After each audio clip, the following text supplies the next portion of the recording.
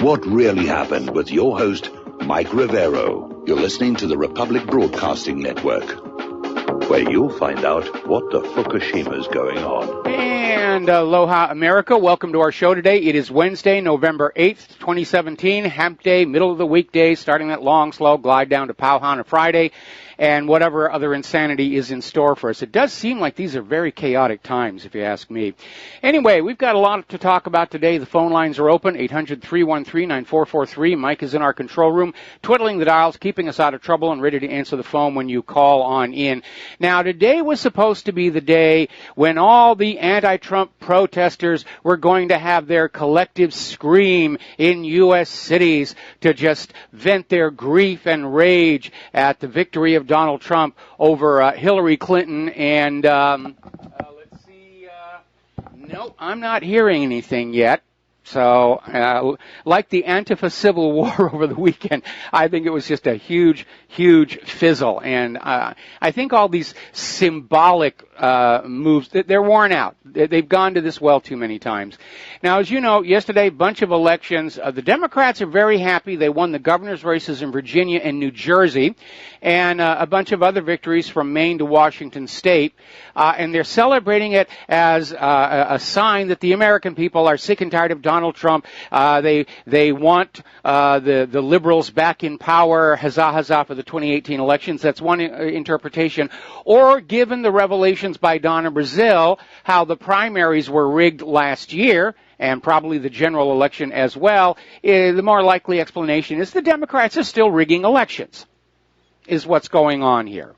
And it's another reminder that Donald Trump's Commission on Election Integrity doesn't seem to be doing a whole heck of a lot. They've collected a lot of information. They've documented a lot of election fraud. But so far, we have not seen a single suggestion about how to change the system to make it more honest and responsive to the American people.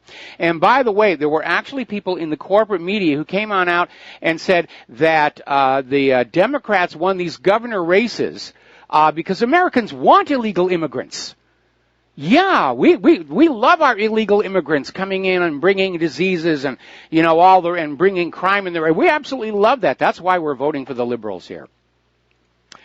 Now, DNC Chair Tom Perez has joined the chorus of voices admitting the 2016 Democratic primaries were rigged in Hillary's favor. Of course, if you've been listening to this show and reading my website for the last year or so, you already knew that. But it's now acknowledged by the corporate media. It's acknowledged by the party that did it. And Tom Perez was going on about, you know, how the Democrats have to overcome the trust gap. He says there's a trust gap now among Democratic voters. It's actually not a gap. It's more like the Grand Canyon. And the only way you're going to get past that is to delink from Hillary, but Hillary is just clinging on. She's not ready to let go here.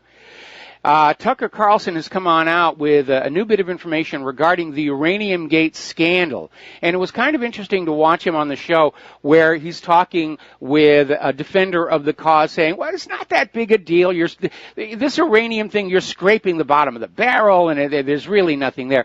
And part of this deal, the reason they were able to get it through was the assurance that the uranium would never leave Canada. And that did not happen. It was another flat-out lie. Some of that uranium has already been exported to Europe and to Russia, and now Tucker Carlson says some of that uranium has gone to unknown countries, unknown destinations. Who do you think it might be? Probably not Switzerland. And so with this Uranium One deal, in addition to just the outright corruption, betrayal, and treason, Hillary and Obama, who went along with this thing, have totally undermined any efforts at nuclear non-proliferation. Because anybody can build a uranium bomb. It's really very simple. Two subcritical masses on either ends of a pipe, slap them together, it goes bang. There. You all know the secret of how to build a uranium bomb. The hard part is getting that uranium. And now it's for sale all over the world, courtesy of the Uranium One deal. Amazing here. Donna Brazile, more information coming out about her book, which is not out yet. I pre-ordered my copy. I can't wait to see it here. But apparently, remember the Donald Duck protesters? Apparently, Hillary Clinton okayed that plan. She thought having these people in Donald Duck costumes to disrupt Donald Trump's campaign rallies was going to be a really good idea. That led to a clash with Donna Brazile, who actually thought it was a dumb idea. She thought it was idiotic, and by the way, she was right. But she says in the end, what was going on was it wasn't really a campaign, it wasn't really a team, it was a cult. And that's a confirmation of something I said last year when I said Hillary is running her campaign as a personality cult. And it really was. And Brazile is saying one of the major reasons Hillary lost was due to her arrogance. She had no room in her worldview for anybody else's opinion or analysis about what was going on. She was just absolutely convinced it was her time, it was her turn. She had gotten all the illegal immigrants to vote for her. She'd rigged the primaries for herself. She'd stuffed the ballot boxes. She'd gone after the superdelegates. The White House was hers for the taking. And, of course, there was that bitter disappointment. But, again, yes, arrogance was a big part of it. Hubris, if you want a different word for it. We're going to do a shout-out to our on-air affiliates who are just now rejoining our network. Now, the Justice Department has come on out saying that former FBI Director James Comey's leak of the Flynn memo to the New York Times was unauthorized. See, apparently when WikiLeaks leaks a document, it's bad. But when Comey leaked a document to the New York Times, oh, that's good. That's good. It helps the cause. It helps Hillary. It's still illegal. It's a breach of confidentiality.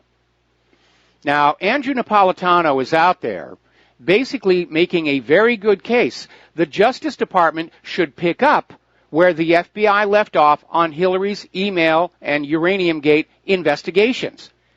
Because they've done the work. They've gathered the evidence. They've been working on Uranium Gate since 2015. They've got a huge amount of material. It's time to take this material to a grand jury and see if they will indict Hillary Clinton. That is the next logical step. Now, just because James Comey said they decided not to prosecute and Loretta Lynch said they decided not to prosecute does not get Hillary off the hook. She's never had her day in court. Double jeopardy doesn't apply. She can still be charged with all of this, and she should be. But as I've said before, we seem to have our second Attorney General in a row dedicated to protecting that narcocracy. Sessions is out there saying, well, I'm recusing myself for anything involving the Clintons and blah, blah, blah. Well, if you are basically admitting you're unable to do your job, kindly resign. Don't sit in there soaking up the taxpayers' money for your salary and your perks and everything and proudly proclaim that you're not going to do the job that we want you to do.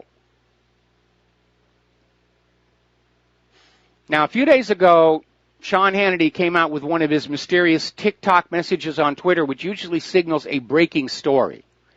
And basically, he came through today because he brought on reporter John Solomon of The Hill, who revealed that the Uranium One deal was facilitated by a series of decisions made by the Obama administration time and time again between 2010 and 2012 that are incredibly favorable to Rosatom. And time and again, these decisions were being made while the FBI knew there was criminality going on by that company's executives. And remember, some of those FBI officials signed off on the Uranium One deal, knowing there was an FBI investigation into bribery and kickbacks and corruption. And now some of those lawyers are on Robert Mueller's special counsel office. That's why they're trying to keep the focus on Donald Trump. That's why they won't look at Hillary and Uranium One, because they are all equally guilty. It is a clear conflict of interest, and they should not be in the special counsel's office. Mueller should not be in the special counsel office. The whole thing is actually illegal. I saw this wonderful cartoon about the big game hunter Mueller, and all he's got is this little tiny teddy bear that says Manafort. And that really is the case. The Manafort and Gates indictments are serious for Manafort and Gates, but it underscores the fact that Mueller, whose assignment was get Trump, has found nothing to prove there's a collusion between Donald Trump and Russia. In fact, at this point, it looks like the only person in Washington, D.C. who wasn't colluding with the Russians was Donald Trump. Everybody else was. Fusion GPS was colluding with the Russians, trying to come up with that dossier. Hillary was colluding with the Russians over the Uranium One deal. It's amazing. All right, let's take a phone call. Dustin in New Jersey, aloha. Welcome to the show. What's on your mind? Yeah, hi, Mike. Hey, Mike, I know, I voted for Trump, and, I'm a Democrat, but I was looking through more of his tax plan, and what do you think about his tax plan? To think the corporate tax rate dropping it, I don't think anybody's going to be coming back to this country bringing jobs, like Apple or something. Is it more like just a gift for them? It's basically, is this Trump's tribe versus the establishment tribe going on right now? I think it's always kind of been that way, but looking at Trump's tax plan, it does seem to favor the wealthy. The cutting of the corporate tax rate from 35 to 20% is clearly a gift to those American corporations still in the country, and maybe the agenda there is to discourage them from leaving like so many others have. But again, looking at the adjusted tax rates and the reduced number of tax brackets, the very rich are going to come out ahead on this, and the middle class is going to come out behind, and the poor are going to stay poor. So it really doesn't provide major tax relief. The only thing it does do is it's going to provide an immediate boost in liquidity, but at the risk of long-term debt accrual, because unless there are cuts in spending, obviously any cuts to taxation mean that the debt is going to start going out of control. And we have seen this kind of thing running into wars before. When they've run out of all other options and they're getting ready for war, they're going to try and get the economy cranked up, even though it means on paper that the debt is going to be out of control on the other side. But the thinking always is we're going to conquer these other countries and we're going to make them pay all the bills. That's what happened in World War I. Germany was required to pay everybody's war costs. So they may be thinking about... I live in New Jersey, Mike. Okay. So I'm going to get hammered. Probably. Mike, I don't like the whole trickle-down economics because usually, like you said, the people who help the economy the most is the low and middle income. We're the consumers. It's a consumption-based economy. The rich really don't purchase. They purchase big rich items, but they don't consume as much as the little people. You're absolutely right. That's why we're seeing a retail meltdown. And, frankly, please don't trickle down my back and call it rain, because we know what's really going on here. The rich are just addicted to their money, and they're addicted to having more of it, and they don't see the damage to the overall economy that their addiction is really causing. But the reality is that small businesses are responsible for most new job creation, but unfortunately small businesses are middle-class businesses, and they're going to get hit with all these new taxes. And so far, we're still not seeing a repeal of the Obamacare mandate or the penalties in the new GOP tax bill. So again, it doesn't look. It's a great deal of noise and smoke and steam and thunder and lightning, but it doesn't really signify a significant change for ordinary Americans. Because they're all on their side. They're small oligarchy, autocracy side. That's why Obamacare repeal didn't get passed, because they're all one. It's one party. They're all invested. They're all invested in the health insurance companies. Congress puts their money where they know the money is going to flow based on the current legislation. And if there's legislation that's going to threaten the continuing flow of money into their stock portfolio, they'll kill it. All the way back when TARP was passed following the 2008 mortgage security-backed fraud meltdown, and they passed TARP. They weren't trying to save the American people, or even to that extent the banks, so much as their own stock portfolios, which were loaded up with stocks from those companies that had been engaging in that fraud. Hey, Mike, real quick, I want to switch over. I don't know if you know who Pepe Escobar is. Yes. He had a great article on Night of the Long Saudi Knives, Part 2, Yes. because of what's going on in Saudi Arabia. So if anybody doesn't know what Night of the Long Knives is, there's just, plenty of YouTube videos on doing some research on that. All right, thanks, Mike. Have a good show. All right, thanks an awful lot. We're going to let you go. Now, apparently Donald Trump persuaded CIA Director Mike Pompeo to meet with William Binney, who worked for 3 decades at the National Security Agency, and they had their meeting to discuss Pompeo's position that Russia hacked the DNC emails. And Binney said, there are all the reasons why it wasn't a hack from overseas or over the internet. It was a leak from inside, and Mike Pompeo is still standing by his belief. He believes Russia hacked the DNC. I believe, don't confuse me with the facts and the evidence, I believe Russia is evil. And Binney basically said that this claim that Russia hacked the DNC came out of CrowdStrike, who has now pulled back from that. They don't have any evidence to support it. The download speeds on the file markers indicate it was copied to a flash drive internal to the server room. And on top of that, some of the emails that were released by WikiLeaks were written after the date that the DNC claimed the hack took place. So obviously they're lying. But the official story is Russia hacked the DNC. Russia is evil. You must all hate Russia because we're going to send your children to kill them somewhere down the road. And so here we have a government which is basically saying we're not interested in the facts and the evidence that you have uncovered. The official story is the official story. Mihi dictum est sine die. Now, Hannity last night was on fire, and he did in his monologue how the fix was in all the Clinton scandals, and he was going down the list of Uranium Gate and Primary Gate and Dossier Gate, and he's just doing some amazing work out there, and I'm surprised he still has his job. He must have a real ironclad contract. But Sean, stay out of small aircraft and suburban Washington, D.C. parks because you're annoying a lot of people here. And everybody's still out there, Russia influenced our election. That's why Donald Trump won. You know, Hillary, there's no reason Hillary should have ever lost except for those evil Russian influence. Well, the reality is if you go back and you look at who was actually getting involved in the U.S. elections from overseas, you find out it was Israel.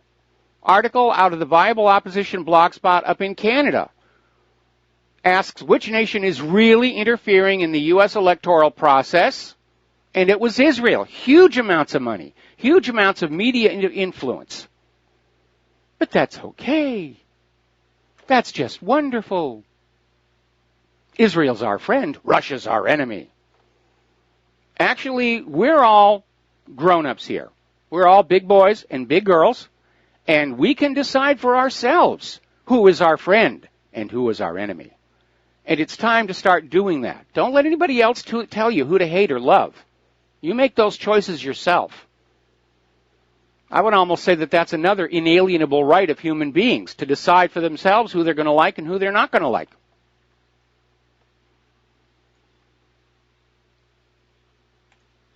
Now, the Syrian army has laid siege on the terrorists in ISIL's large base north of Deir ez-Zor city. And I'm just now getting a headline somebody sent in to me. The Syrian Arab Army and Iraqi units liberate the final ISIS-held town in Syria.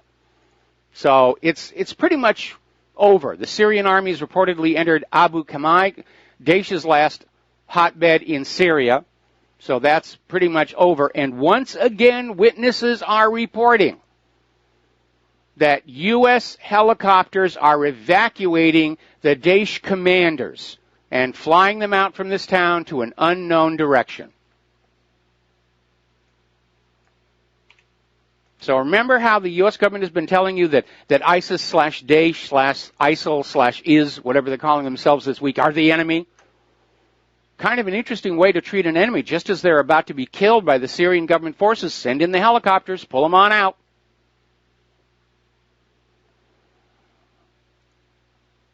Now, France, the United Kingdom, Germany, and the United States have now issued a joint statement condemning the use of chemical weapons in Syria.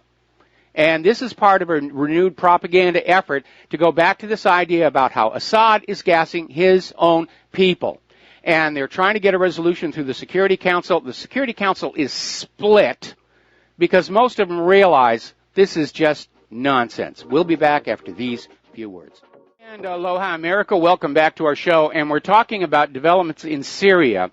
And what is going on is really very simple to understand. Over the course of the war in Syria, which is like 6 years and counting, the U.S. has tried to justify it to you, the American people, the payers of the cost of the war, the parents and family members of those who are being sent over there. We do have boots on the ground over there with a wide variety of claims. And it all, they started out trying to basically emulate the Saddam has nuclear weapons by saying Assad has chemical weapons. And Assad surrendered his chemical weapons under international inspections.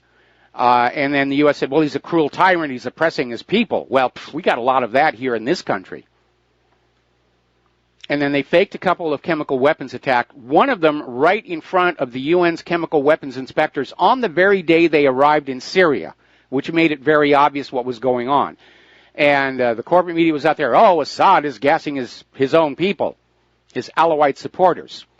That would be like Hillary Clinton gassing Democrats. And the UN chemical weapons inspectors came on back and said, no, we think it was actually the U.S.-backed rebels trying to frame Assad. So the U.S. pulled away from that, and they said, well, we're not really in Syria to invade Syria, honest and true. We're just there as part of the war on terror to get ISIS and Al-Qaeda, and we're going into Syria to bomb ISIS and Al-Qaeda. And then they'd fly into Syria, and somehow they kept missing ISIS and Al-Qaeda, and they were bombing critical Syrian economic infrastructure, oil pipelines, water processing plants, food storage facilities, things like that. Well, ISIS and Al-Qaeda are pretty much gone from Syria. This is it. This is the final curtain, if you will. And so now the U.S. is going back to, well, we know Assad is gassing his own people. And the UN Security Council is split over this idea of yet another investigation because they're tired of the lies, the same as you are. And they see it as a very transparent attempt for the U.S. to somehow stay militarily engaged in Syria when they don't really have any kind of a reason to do so other than greed and warlust and a desire to conquer and get rid of Assad, which the American people are not going to go along with. We're a war-weary people. Now, Russia believes that the latest UN OPCW Joint Investigative Mechanism report is being politically directed. In fact, they even called it amateurish. And they're right to do so because, again, back when this happened, earlier this year, the situation was Assad was winning against the U.S.-backed rebels. The world was coming to accept that he was going to stay in control of Syria. And the very last thing he would do was use a chemical weapon, knowing that would be the excuse for the U.S. to come on in. And there were reasons to look at that chemical weapon attack and say, no, it wasn't Assad's forces. The story just didn't line up. There were timetable errors, all kinds of problems with it. But the story just didn't make sense. There was no reason for Assad to do such a thing, and every reason for the U.S. to do such a thing and blame it on Assad. So they're back to trying that one. They don't want to have to admit they've lost in Syria, because that derails the rest of the war agenda.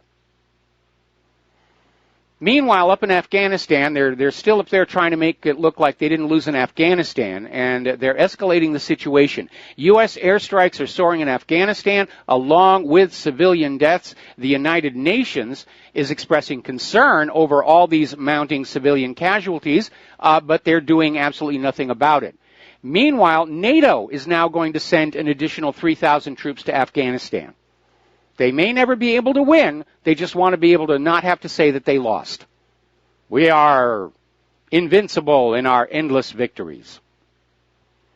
All right, over in Saudi Arabia, events are developing very, very rapidly. The latest one is that King Salman is preparing to abdicate the throne and hand all power to his son, Crown Prince bin Salman.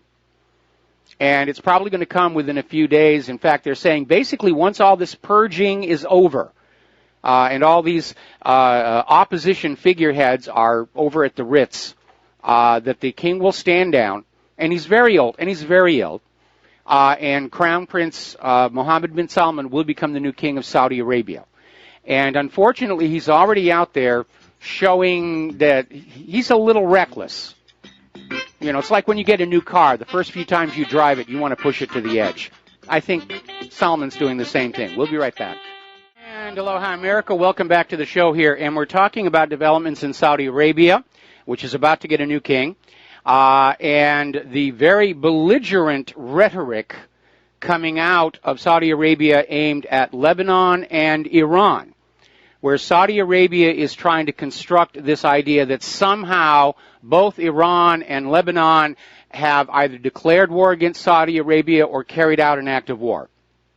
And these are both thin to the point of transparency. But what really kind of kicked all of this off was the sudden resignation of Lebanon's prime minister, Hariri, and he was in Saudi Arabia, and all of a sudden he calls back home and says, I quit, there's an assassination plot, I'm afraid, blah, blah, blah. Then we got these reports about how Hariri is actually under detention in Saudi Arabia. Now, Hariri had been backed by Saudi Arabia, and the speculation is that he was told to quit because he had failed to carry out Saudi Arabia's agenda within Lebanon. But there's a lot of meddling going around in the Middle East here, and Iran's President Hassan Rouhani has added his voice to those who suspect that Saudi Arabia did force Lebanon's prime minister to resign. He then went on to basically vow full, unwavering support of Iran for Lebanon's stability. Now that is significant for reasons I will share with you a little further down the page here. Now, a lot of people are out there saying that the best way to tone down this crisis is for Hariri to return and resume the office of the prime ministry. I mean, just calm everything down. But we're not sure that that's really the agenda. Now, interestingly enough, the European Union and the United States have reaffirmed support for Lebanon. Now, Israel is fully on board with Saudi Arabia going after Hezbollah in Lebanon, but at least officially and publicly, the EU and the U.S. is saying, really not a good idea. Now, this isn't exactly because the EU and the U.S. care about the people of Lebanon. Their goal is to keep Saudi Arabia focused on finding a way to start a war with Iran. And apparently, the U.S. has sent $40 million of military funding for Lebanon to boost its border defenses. So they're trying to basically corral Saudi Arabia to go after Iran. But I think what may be going on here is that Salman knows Iran is going to back Lebanon. So if Saudi Arabia attacks Lebanon and Lebanon really doesn't have the means to defend itself against Saudi Arabia, and if they can goad Iran into doing anything, then Saudi Arabia can say, well, that's it. The war with Iran is on, and the U.S. hops on board, and they finally get the war with Iran they've been engineering for all these many years. Now, former U.S. Secretary of State John Kerry is blaming the Israeli government's resistance to the establishment of a Palestinian state for harming the prospects of a peace deal. Really, John, you just now figured that out? Yes, we all know the Israeli government doesn't want peace. What they want is a peace. They want a piece of Jordan, they want a piece of Syria, they want a piece of Gaza and a piece of the West Bank and maybe another piece of the West Bank and another piece of the West Bank. Actions speak louder than words. Meanwhile, Saudi airstrikes are continuing into Yemen, killing over 30 civilians. They targeted a residential area, and it's war crimes. It's like when the Allies firebombed Dresden. There was no military point to that city. It was done to simply crush the morale of the people and destroy their will to resist. Now, what's really interesting about this situation in Yemen, the official story is that this war is between Saudi Arabia and Yemen, and the U.S. is merely helping Saudi Arabia. The reality is that the United States government is using Saudi Arabia as their new proxy in the Middle East, because the American people are just sick and tired of all these wars. And they're using Saudi Arabia to go into Yemen because the people of Yemen tried to kick out the foreign puppet rulers, the junta imposed by the United States following the last intervention some 4 or 5 years ago. And now they're going to use Saudi Arabia to get the war with Iran going. But there's never actually been a formal declaration of war by the United States against Yemen. And so members of Congress, they're still avoiding a vote on authorizing U.S. involvement in the conflict, because the U.S. is providing most of the weapons and ammunition Saudi Arabia is using. they're all hemming and hawing and looking the other way. Because they all know the wars must go on for the U.S. economy to survive, but they don't want a war vote on their record, especially going into next year's midterms. So instead, the United States is gone up to the United Nations and demanded action against Iran over that Yemen missile. Oh, how dare, just because Saudi Arabia is bombing their country, how dare Iran go to Yemen and fire a missile, or some such story. Here's the deal, the part they're not telling you. The propaganda is that Iran sent the missile to Yemen, that Yemen then fired near Riyadh, and that is justification for war against Iran. Unfortunately, no. The missile has been identified both by the Yemenis and the Saudis, who cleaned up the wreckage, as a Burkan 2H. This is a missile designed and built entirely in Yemen. It does not come from Iran.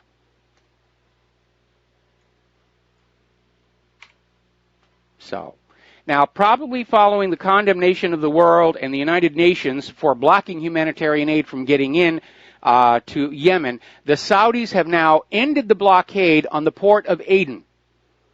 And I'm sure it's pure public relations. But those people in Yemen, they're caught in the middle just because they wanted to be in charge of their own country. Look at how they're suffering. Now, things in Europe are starting to accelerate there. And apparently there was a NATO ministerial meeting on preparing for war with Russia. And they're talking about things like revising NATO's command structure, including a new command to help protect the sea lanes of communication between North America and Europe. That means Iceland is going to be brought into play. And they're talking about a push to improve Europe's civilian infrastructure with an eye towards support for war. That means building up the roads so that they can support the heavy tanks and military vehicles without cracking. If you come out here to Oahu and you look at our H3, huge, something like $3 billion highway from Pearl Harbor out to Kaonohi Marine Air Station. And it is built to take military vehicles, very wide lanes, very heavy supports. It's part of the Eisenhower interstate highway system, which is kind of weird when you realize we're an island. So they're all gearing up. They're telegraphing where we're going to go. We're going to have a global war. There's probably going to be nuclear weapons. It's going to be fun. NATO, though, has run into a little bit of a road bump because apparently in Bulgaria, pilots of the MiG-29 jet fighters from the 3rd Air Base, Graf Ignatievo, are refusing to take part in the NATO air policing out of safety concerns. Apparently, the engines in their MiG-29s were recently repaired in Poland by a shop that does not have the necessary safety certifications or licensing, and the pilots are now very concerned that those engines are not reliable, that they could basically explode on takeoff, the way the F-35 engines have a tendency to do. So they want to stay on the ground, and you can't blame them. Ultimately, the pilot is responsible for his safety and the safety of his aircraft. And if the pilots don't think that aircraft is safe, yes, they could be ordered into the air, but I don't think they're going to be thinking too much about the enemy while they're up there. Meanwhile, Russia's Foreign Minister Sergei Lavrov is saying that Washington is responsible for the Ukrainian regime tolerating neo-Nazis and for the erratic behavior of Kiev's authority. And Lavrov said the United States bears a special responsibility for the Kiev authorities' behavior since Washington has been, in fact, manually controlling them. Yeah, we know. That's what Poroshenko's government is. It's a junta. It's a puppet government acting on behalf of the U.S. government. Now, as you know, Donald Trump is over there in Asia. He's making a lot of speeches. He's talking very tough about Korea. Don't test us. We rule the air, sea, the sky, and space, and all this other rhetoric. North Korea is actually out there saying it's very simple. They're going to continue to build nuclear weapons until the U.S.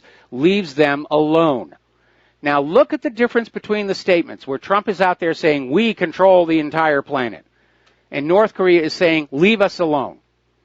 And that, of course, is the reason for any nation to be building ICBMs with nuclear warheads as a deterrent. Don't mess with us. It's not worth it. That's the message of a missile with a nuclear warhead. That's it, really. Meanwhile, in South Korea, their F-16s are being upgraded to accept an Israeli weapon, what's called the Raphael Spice 2,000-pound guided glide bomb. It's a standoff-launched munition, so everybody is arming up. So where did all this insanity begin? Well, it began with 9/11, obviously, and the claim that Osama bin Laden, otherwise known as Tim Osman over at the CIA, who basically died later that same year and has been resurrected with a bunch of actors with really poor makeup jobs. The idea that there was a video where he confessed that he did 9/11. Oh, it was all over the corporate media. Osama bin Laden said he did it. How could we ever possibly doubt? Well, apparently a German news media hired an Arabic translator to translate that original Osama bin Laden video, and it turns out Osama said no such thing. It's a $10 trillion lie, because that is how much has been spent on all of these wars, on all of these countries since 9/11. It was a hoax. It was a fraud. How many more times are you going to allow yourself to be lied into wars until you're ready to stand up and say, no more? I don't believe you. You may not have my money for your wars. You may not have my children for your wars. I know you are lying to me. Go away. I'm not listening. All right, speaking of lies and fakes, a lot of people were making expressions of concern, if you will, about that report that came out of Canada where a jeweler bought a gold bar in the little blister packaging from the Royal Canadian Bank. And the gold bar itself supposedly came from the Royal Canadian Mint. And it turned out to be something other than gold. And everybody was out there saying, oh, there's another gold fraud out there. But gee, the markings were convincing, and, it's a huge operation. Well, there's another theory, and we did mention this at the last time.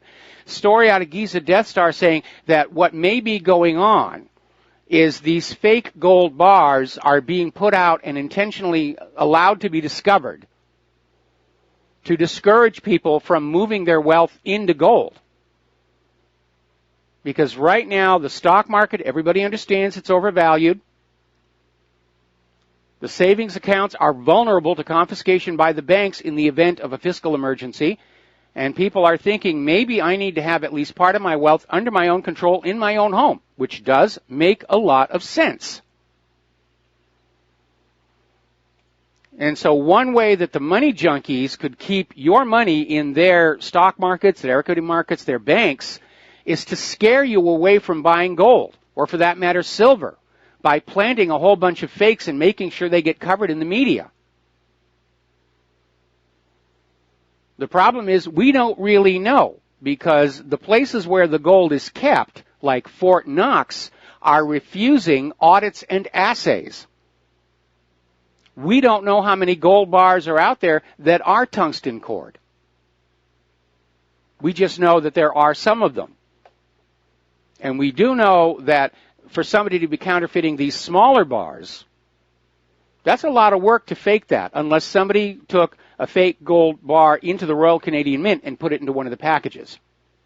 And they have had some problems with the Royal Canadian Mint with some people getting jobs there and then smuggling fake gold in, put it in the package, taking the real gold home. So it's not without a precedent there.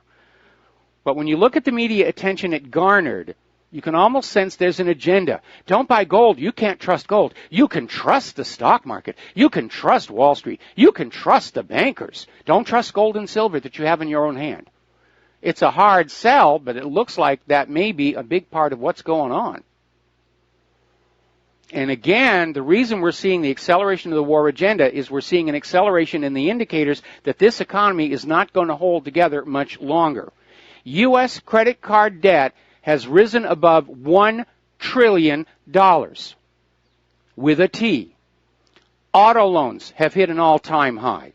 Student loans have hit an all-time high. Everybody is going deeper into debt, and there is no source of wealth coming in with which to pay that debt. That's a problem. That's clearly a dead-end street. All right, let's take a phone call. Terry in Oregon, aloha. Welcome to the show. What's on your mind? Hey, Mike, I just wanted to know, you said that the bankers want this war, neocons want this war to deflect attention from their handling of the economy that's going to crash. What I don't get is how the war is going to help. It might give a little boost to the economy, but then they've got to start printing money to pay for it. And when they do, people aren't going to be able to afford food in this country. And people are going to get pretty wise about the whole thing. Well, I think that will be the case this time, but, the last two times, crash of 1907, World War I, crash of 1929, World War II, the government and the bankers were able to deflect criticism because that was before the age of the Internet, and they would just go on out there and say, we know you're all suffering and it's all the hardship, but it's because of the war. It's those bad Germans and those bad Japanese and the bad Russians and the bad everybody. And I don't know that that's going to work this time, but that seems to be the thinking. The U.S. government and Wall Street have run out of every other option. They have borrowed themselves, they've Ponzi'd themselves into a corner, and there's no way out other than just to create a huge amount of noise and hope that everybody stops paying attention to just how we got into this mess. I don't think it's going to work, but that seems to be the thinking. Yeah, so they're going to take a chance of getting the world annihilated just to save their reputations. I know, if they don't do anything, the economy crashes and we're almost in a post-war economy then. I mean, if we got defeated. But we might get defeated and killed. And it doesn't seem to bother them. Well, I'm sure that they're convinced that we're going to win and it will be a repeat of World War II and Bretton Woods. Anyway, Terry, got to let you go here. I got to let you go. We got music coming up, and we'll talk to you later. You got it. Talk to you soon. And aloha, America. Welcome back to the show here. And everybody's saying, well, the banks are all crooked, and that's why we have to go to cryptocurrencies and blockchain. Well, unfortunately, these are systems that are already being bought up and acquired by those very same banks. And the banks would love a cashless, blockchain-based society because it puts all the wealth of the people under their control.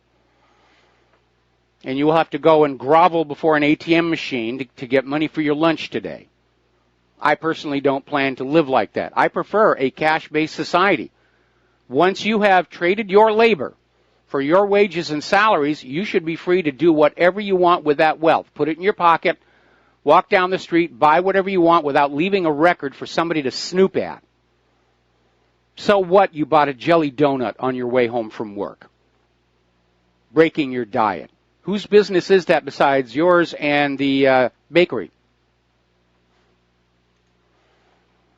Now, as the caller mentioned before, the so-called tax cuts in the new GOP tax plan are mostly benefiting the rich and the corporations. And unfortunately, according to an analysis that we got out of Blacklisted News, it's going to balloon the U.S. debt to 120% of the gross domestic product. Now, that's not the worst in the world, but it's getting close.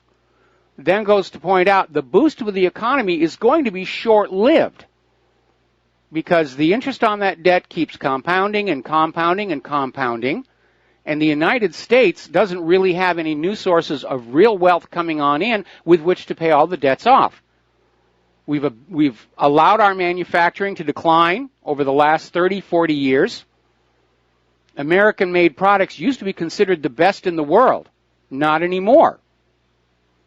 They're overpriced, poorly performing, easy to break, easy to wear out junk, and nobody wants our GMO agricultural produce. The only thing keeping the U.S. economy functioning right now is this forcing of other countries to use the U.S. dollar for cross-border trade and banking, off of which the U.S. economic system makes a small fee. They want to be the middleman. Don't want to have to produce anything, don't want to have to deliver anything. They want to be the middleman. Just siphon a little bit of the wealth off as it flies through their control. But again, it's short term, it's not looking at the long term here. Another article that's coming on out of Russia today. The U.S. is looking to push Russia out of the European Union's energy market, while at the same time American tankers are shipping Russian liquefied natural gas to Europe. So once again, the U.S. doesn't want Russia and the European Union doing business directly. No, no, no. You will do your business through us. We'll carry the liquefied natural gas for you for a small fee. You cannot have a functioning economy for a nation unless you are either manufacturing or growing products other nations want to buy. We'll be back after station identification. And aloha, America. Welcome back to our show. It's hour number 2. The phone lines are open, 800-313-9443. And we're talking about the economic news right now. And as you know, China has already established the petro-yuan. And now it looks like there is going to be a petro-ruble. Russia has made a deal with Iran to use the petro-ruble for oil trade.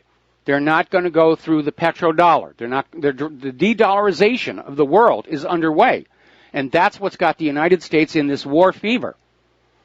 Because without forcing the rest of the world to use the U.S. dollar and charging them interest on it, there is nothing left to hold up our economy, nothing left to pay this overwhelming debt with. We're at the end of the road for all of this. And the money junkies would rather risk blowing up the surface of planet Earth than have to be forced to be poor again when it all comes crashing down. Now, out here in Hawaii, Maui residents were very upset learning that their property taxes were going to increase by approximately $29 million for fiscal 2018. And according to county council members, the additional funding was needed to help provide better public services for Maui residents. As it turned out, that is not true. They're basically raising taxes on ordinary people to fill the gap in the state pension system. And there's a state employees retirement system, and Maui's contributions are going to surge 52%. So once again, they're taking money away from the people and saying, oh, we're going to give you more services for it. Didn't happen. It's being used to prop up the pension system, which, like so many other pension systems across the country, was defunded during that 2008 mortgage security fraud meltdown. And nobody has the strength of character to stand up and say, look, Wall Street made this mess. Wall Street ought to refund all the money to the pension plans. So instead they turn around and say, well, you're just going to have to give us more money. And then somewhere down the road we'll give it back to you. We hope.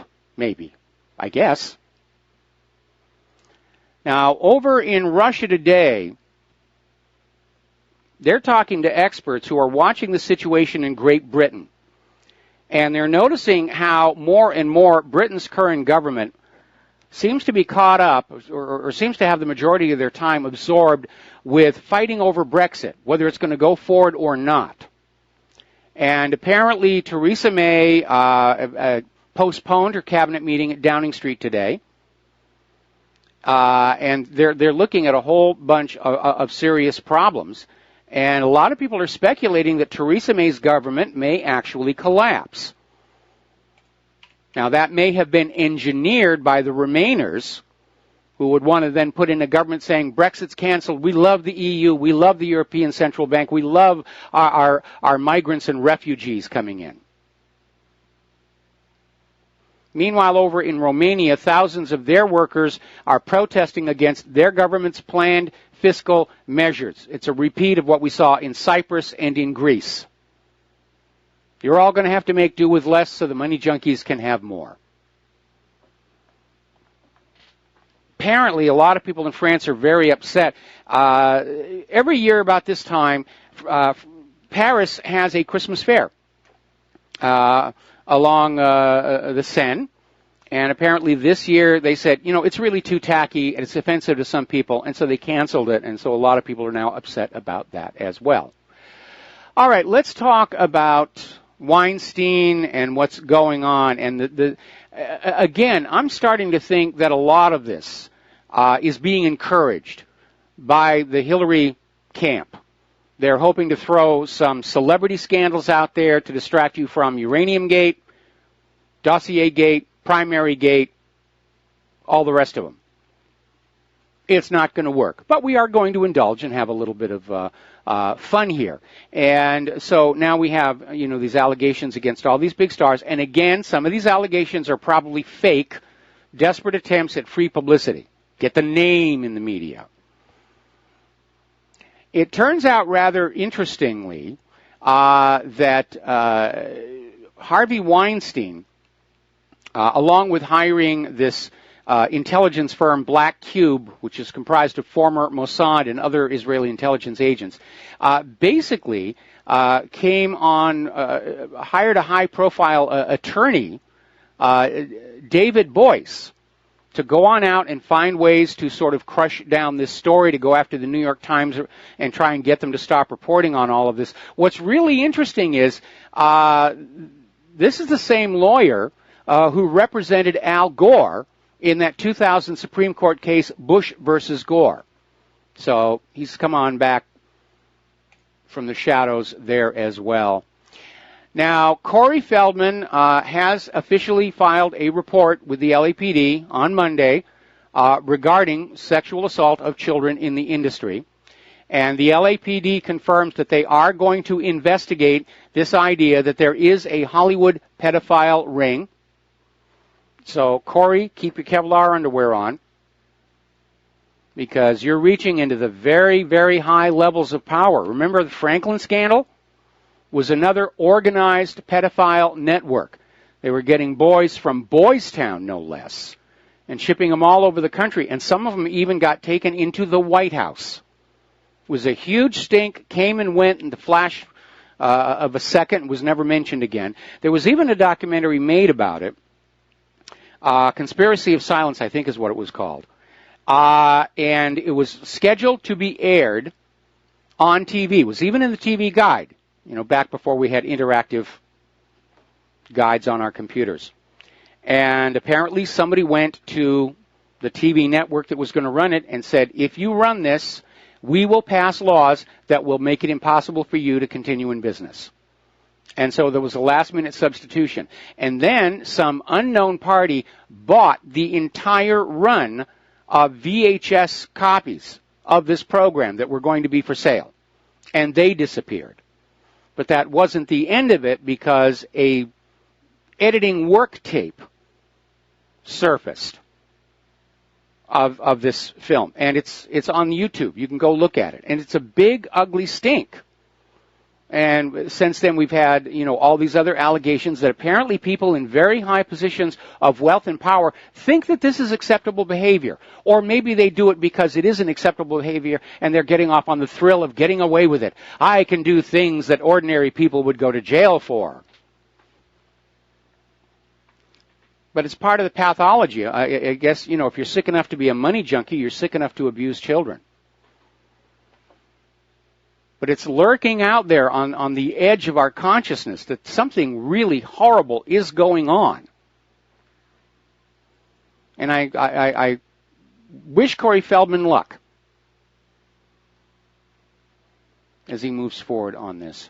All right, let's talk about the Texas shooting, which has been seized on by the gun grabbers, even though the shooter was confronted and shot and chased by a law-abiding citizen with an AR-15. But that doesn't count anymore. We've got to take all the guns away. We've got to take all the guns away. And apparently there was a moment of silence Monday in Congress for the victims of the Texas church. And apparently California Representative Ted Lieu just got up and walked out during the moment of silence and said that he was not going to respect the victims in Texas because he's too busy ensuring the destruction of gun rights. All right, let's take a phone call here. Frank in North Carolina. Aloha, welcome to the show. What's on your mind? Yeah, Mike. Do you recall the name of the group that provided security for the World Trade Center complex back, pre-9/11, at the time of 9/11? I don't remember the name of it, but I think one of the Bush family members was part of that company. Yeah, I think it was Marvin Bush. Yes. One of the lesser talked about Bushes. I have forgotten that point actually, but the reason I brought it up is because I remember, like, you know, when I was doing my research on 9/11, maybe, you know, 10, 11, 12 years ago, I remember this, the name of this group came up that provided security, and it was Kroll, K-R-O-L-L, K-R-O-L-L. And I don't recall that much about them other than, like you say, Marvin Bush was on their board or something or another. But a friend of mine, I was talking to her yesterday on the phone, and she said, here, listen to this. She had on, I think it's called E. I guess that's a cable channel. And Yeah. I think it's, you know, I think it's like entertainment or something, entertainment channel or something, where they talk about fashion or who knows what. But they were actually covering the Weinstein story. Yes. And they were saying that he had employed former Mossad agents from Kroll. Now, I just became aware of Black Cube. I've never heard of that before. But they were referring to this company Kroll, which I'm wondering, is that the same company that, you know, former Mossad agents and whatnot that provided security so well for the World Trade Center that I remember from over a decade ago? I don't remember the name of the company at the World Trade Center. I only remember the Marvin Bush connection. Yeah, and oh god, I got his note in my phone, his name in my phone. There was another guy, just like in the past year. What was his name? Here's his name. He was a Hollywood producer. I think he made the film Fight Club, which I believe it or not, I actually never saw. Arnon Milken. Yes. L-C-H-A-N. Arnon. Yeah, I'm familiar with him. First name. Yes. Yeah, you know, he basically was acting as a Hollywood spy for Israel. Yes. To do with the Department of Defense and all this kind of stuff. So my point is, if this Kroll thing is connected to Weinstein, I mean, this stuff is going on. These intelligence operations. Okay, well, and Frank, whatnot, they're keeping it. Frank, Mike in the control room basically just came on in and said that he seems to recall that the name of the security company with Marvin Bush was called either Securicom or later changed to Stratasec. So we're dealing with a different company. Well, I do remember. Okay. Well, I remember it being Kroll, so maybe it keeps changing names too. I don't know what that would be about. But well, it's about avoiding bad press. Look how often Blackwater changed their name. They went to XZ and then something else, exactly. And you know, it's to avoid the bad press. Exactly. That's what I'm thinking. They keep reinventing their name, pretending like they're someone else. Okay. All right, well, listen, Thank you for the information. We're going to let you go, and we're going to switch over to Jim in Chicago. Aloha, Jim. Welcome to the show. What's on your mind? Hello, Michael. A couple of things. This Iranian deal, isn't that a form of treason? And also, when it happened, didn't America have a boycott on Russia during that time? Well, yeah, well, there was a lot of stuff going on. I mean, don't forget this was also back when all these Russian diplomats were being assassinated all over the world. So there was definitely something deep state going on. But the uranium, even without any sanctions or boycotts on Russia, the uranium is considered obviously a strategic material whose export is under serious government control. And they tried to sort of make this deal doable by saying that this was this Canadian company, even though the Canadian company was under the control of Russia's Rosatom. And so all these people inside the U.S. government had to sign off on it. And it's really spreading. It's not just Hillary. It's a lot of people that were in various other parts of the government. Apparently, Senator John McCain was officially notified that this stuff was going on and chose to do nothing with it. Now we've got the story we had earlier today about how decisions made by the Obama administration facilitated this deal. And apparently everybody was doing great off of this. But you're right. If, in fact, Russia is now our enemy, as we have been told repeatedly by the corporate media over the last several months, then allowing them to take control of 20% of our uranium ore and ship it who knows where around the world does amount basically to an act of treason. If that uranium has gone to countries that do not like us, they're now in the position of being able to build nuclear weapons. Because as I said earlier in the show, a basic uranium bomb, you know, like the little boy, it's actually very easy to build. The hard part is getting that uranium. Once you've got that, building the bomb is easy. I guarantee you, and I could be wrong, I bet some of that uranium went to North Korea. Could have. Some of it could have gone to Israel. We don't know. That's the problem. That we don't know where it went. I mean, basically, the people who facilitated the Uranium One deal have totally undermined efforts at nuclear nonproliferation. They basically created this trapdoor, and a huge amount of uranium has now flowed out onto the world's black markets. This is one of the biggest stories in America's history, but yet and still the mainstream media won't even talk about it. No, they won't. So, well, Mike, I'm going to let you go. You take care. All right, thanks an awful lot. We're going to switch over to Francis in North Carolina. Aloha. Welcome to the show. What's on your mind? Hello, aloha, you two both. Aloha. Night bar included. I know you mentioned earlier about the chemical weapons that the U.S. is demanding that other countries give up and forfeit or whatever have you, pray tell what. But you know something? If you want another country to give up such, perhaps it would be a good idea if the said country or the government or military of said country does the same blooming thing and let it be done with. Well, with regards to the chemical weapons, there is a treaty that all parties agreed to destroy all their chemical weapons, and most of the other countries have now fully complied, including Russia, and it's the United States which is delayed and dawdled and said, well, we'll get around to it eventually, but still has most of their chemical arsenal still intact. Well, that's true, which leads into another aspect. I remember at one point you gave input or information regarding the aspect of what is called morgellons at one point, being a plant-based problem or issue or whatever the case might be.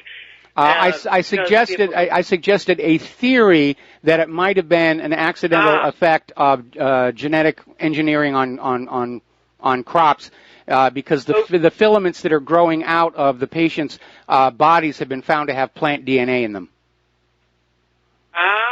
Okay. Well, I appreciate you clarifying that because you led me into the same vein of thought that well, since they're still doing chemical weapons for who knows where or whatever for, and so forth, and using them on the people here in the U.S. as well, which goes without saying, it doesn't surprise me that such a thing like that would be occurring because of the genetic mockery or engineering or pray tell what you want to call it, crisscrossing, splicing genes this way and that way. It's no surprise that people are experiencing issues biologically because of that, because their food chain is being tainted. Well, yeah, but again, you're talking apples and oranges here because the chemical weapons are chemical weapons. We're not talking about biological weapons at this point, and there's nothing to indicate that morgellons had anything to do with a biowar agenda. It appears to me to have just been a bad accident by rushing these things out into the wild too quickly. Well, that's true. That could be true, too. However, if something is biological, is that not still chemical? Because you have molecules and who knows what that's joined together to make up a biological particle, for that matter. No, I mean, it's all chemical. No, the definition of a chemical weapon is like phosgene gas or mustard gas. These are chemicals. They are not components of living things. And biological weapons are basically those weapons made from living matter. That's the difference between the two. Oh, okay. So you're defining between something being synthetic and something actually naturally biological. No, I'm not saying that either. They can both be synthetic. But like anthrax spores is a biological weapon because anthrax is a life form, and sarin gas is a chemical weapon because sarin is not a living thing. Well, I appreciate the clarification on that because, believe me, you can pretty much send the everyday person's mind into a mind span or a heel span trying to figure out what in the world is going on. Okay, thanks, Michael. All right, well, thanks an awful lot here. We're going to let you go, and the phone lines are now open. Getting on back to the Texas shooting, and I was kind of hoping to let it fade away, but apparently NBC News has interviewed a survivor who was shot but survived, who is insisting there was at least one other shooter high up in the church, possibly on the roof as well. So are we looking at another staged event? Can't rule it out. And that is the sad reality about the times that we are living in right now. We'll be right back after these few words. Aloha, America. Welcome back to our show here. And before we get back to the Texas shooting, over at Judicial Watch, they have just come on out and said that they have confirmed that at least 1.1 million illegal immigrants voted for Hillary Clinton in the last election. I'm sure the number is probably a lot higher, but this they've got confirmed. 1.1 million illegal immigrants voted for Hillary Clinton in the last election. Our election system is a joke, and because of what Hillary did last year, we don't really know for sure who actually won yesterday's elections. We can't. We don't dare presume that our elections are producing the honest result of a vote of the legal voters. This is a crisis. And I would encourage Donald Trump to get his Commission on Election Integrity to get their act together and do something before next year's midterms. Or we're going to have a Democratic Congress that will move to impeach Donald Trump. They've already said that's the plan. Take control of Congress, impeach Donald Trump. Now, getting on back to the Texas shooting, of course, the gun grabbers are out there saying, ban guns, ban gun, ban gun. A lot of people are going the other way. And they're saying it's time to take our guns to church. Because had there been one armed person in that church, you wouldn't have had 26 dead bodies, you would have had one. And remember, Matthew 10:34, I do not come to bring peace, I bring the sword. Luke 22:36, if you don't have a sword, sell your clothes and buy one. Now, at the church where Claire does her choir, we had a problem with some violent homeless people. Now, we didn't have guns, but we did have pepper spray. So it's not a ridiculous idea that one will carry self-defense weapons inside a place of worship. Now, let's get on to this whole politically correct nonsense, because apparently over at the University of Pennsylvania, there's a teaching assistant, Stephanie McKellop, who tweeted last October that she will always call on black women students first, other people of color second, white women third, and then if she has to, she'll call on the white men. This is her idea of leveling the playing field. And no, it isn't, and it's ignited a controversy because you do not end racism by being racist. And we seem to have reached a point where the color of your skin or your sexual orientation or your gender is the dominating factor in your life's course. Forget about your abilities, forget about your talents and skills, forget about how hard you've worked to build those skills and talents and education. You've got to fit into somebody's little checkbox. Oh, we need a black, gay, transsexual something over here. And that's what they get. We need to return to a meritocracy where teachers are going to call on the students in their classroom who are the best and the brightest at what they're doing. And that's the way it should work. You call on the smart ones first. We're destroying our own civilization with all this nonsense here. Now, if you want to talk about nonsense, talk about it peaking. The California NAACP has gone on record saying it's time to drop the Star-Spangled Banner as a national anthem. And apparently, the organization issued a statement demanding Congress rescind, quote, one of the most racist, pro-slavery, anti-black songs in the American lexicon as the national anthem. And this apparently is following up on Colin Kaepernick, who basically started this whole thing by kneeling when the national anthem was being played. This is an attack on our national identity. First it was the Confederacy, then thereafter the U.S. flag, and now the national anthem. Now, if you look at the national anthem, There's nothing that's racist in there. It starts, "Oh, say can you see?" Now, that may upset the visually challenged people, but I don't think that's a reason to drop the national anthem. It's about a battle and a flag. We'll be right back. Aloha, America. Welcome back to our show here. And again, this idea that now you've got the California NAACP saying the national anthem is racist, pro-slavery, anti-black, and needs to be abandoned as the national anthem.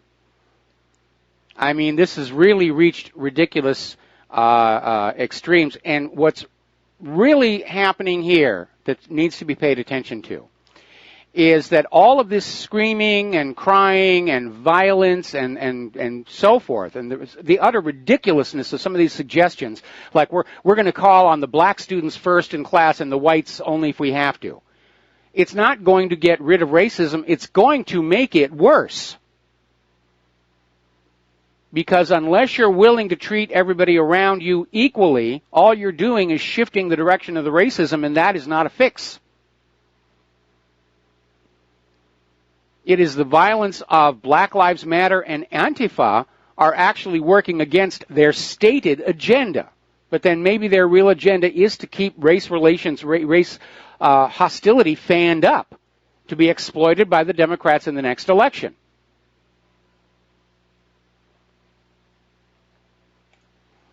Now, apparently, let's see,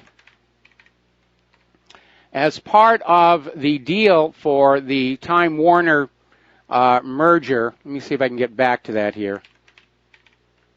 Yeah, basically, no, I'm going to have to let that go and hunt that down during the next commercial break here. All right, apparently 21st Century Fox has been holding talks to sell most of the company to Disney. And Disney would not get all of Fox, but they're going to get most of it. Fox is said to believe that a more tightly focused group of properties around news and sports would compete more effectively. So apparently 21st Century Fox is literally getting out of the movie, TV business. They want to be just the news network and sports network. And I don't know if that's going to survive. And I'll tell you something that's very frustrating for those of us who have cable TV. Have you noticed how many reruns there are? You know, we're always hearing about these new blockbuster movies, except they're not really turning out that good. There really isn't a lot of new product coming on out. The studios are basically putting all their money into these hugely expensive blockbusters that TV channels like HBO can't compete with, although HBO's been doing some great stuff. If you look at Game of Thrones, for example. But unfortunately, as long as they're going to be out there pushing this or that group's propaganda, they're not going to get the audiences. You need to go back and look at the golden age of Hollywood during the Great Depression. People went to the movies to be distracted and entertained, not to be just reminded about what life was going on around them. That's never been a good formula. So if I were still in the industry, I'd be saying it's time for some plain old fun movies, you know, feel-good movies, fantasies, fairy tales, you know, fun stuff to take people away from the reality of what's going on around us right now. I noticed, however, the cable channels are starting to double up on the war movies, and I'm sure part of that is because Veterans Day is on Friday. But I'm sure the other part of it is they want everybody to think war is cool, war is what you see in the movies, and by the way, it is not. Now, interestingly enough, the FDA is now cracking down on claims that cannabis can cure cancer. And they're out there saying they're all unsubstantiated. There's absolutely no proof. And basically they sent warning letters to 4 companies that are illegally selling products online that claim to prevent, diagnose, treat, or cure cancer without evidence to support these outcomes. And the products allegedly contain cannabidiol, the CBD, a component of the marijuana plant that is not FDA approved in any drug for any indication. Well, is the FDA looking out for you, or are they looking out for the cancer establishment?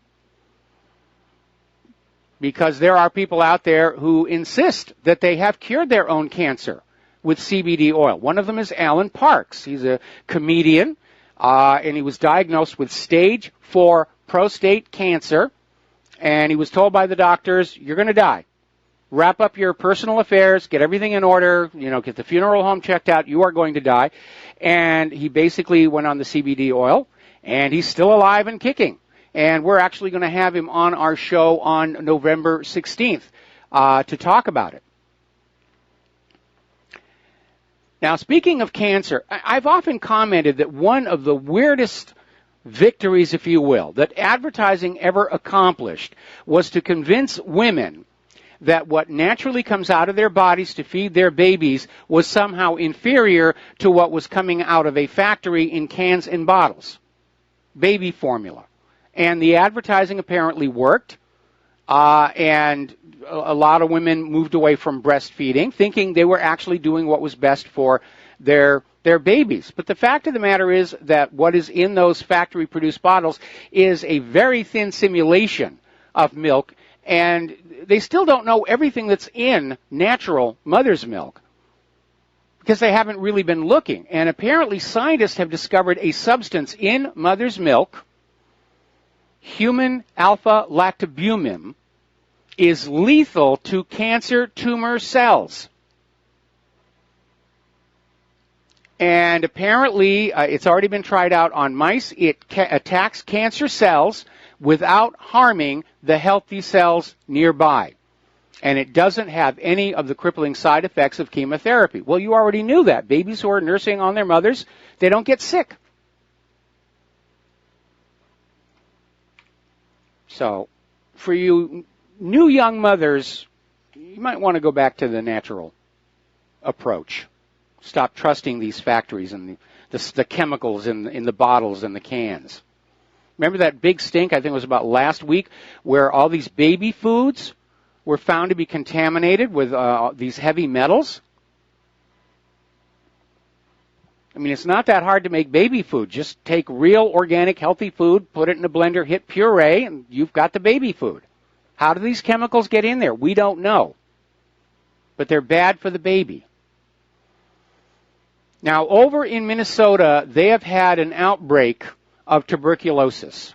Now, remember, before this whole open borders, refugee, illegal immigrant thing, tuberculosis had been eradicated in the United States of America. I'm old enough to remember when that happened. When I was really young, tuberculosis was still a problem. And then there was this huge effort to eradicate it from the United States, and nobody was allowed to come into the United States without a TB test.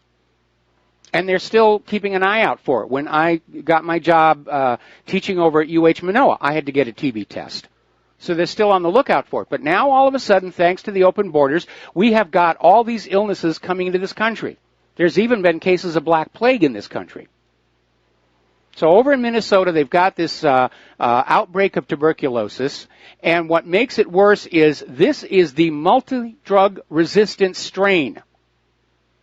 Very, very hard to fight. Very hard to control. Very expensive as well. And again, the short-sightedness of some of the policies that we've seen coming from the liberals. So what if some of you get TB? I mean, it's a small price to pay for a global society. It's going to be wonderful. Now, over in Great Britain, a family in Sussex is suing their doctor for giving their daughter, Jody, 8 vaccines at once in 1993. Now, the parents had requested only the MMR, the mumps, measles, rubella vaccine, be given to Jody, who was 14 months old at the time. And her mother had no idea that the doctor simply mixed in the polio, HIV, diphtheria, tetanus, and pertussis vaccines in addition to MMR until she actually saw the vaccine card. And according to the parents, Jody reacted to the shot immediately. She began shivering and shaking, developed a high fever, started high-pitched screaming, which is something other parents of vaccine-injured children say happens to them, refused food. She has been unable to speak since, and she can't do anything for herself. She requires round-the-clock care. She can still walk, but she suffers from many health issues such as epilepsy and autism.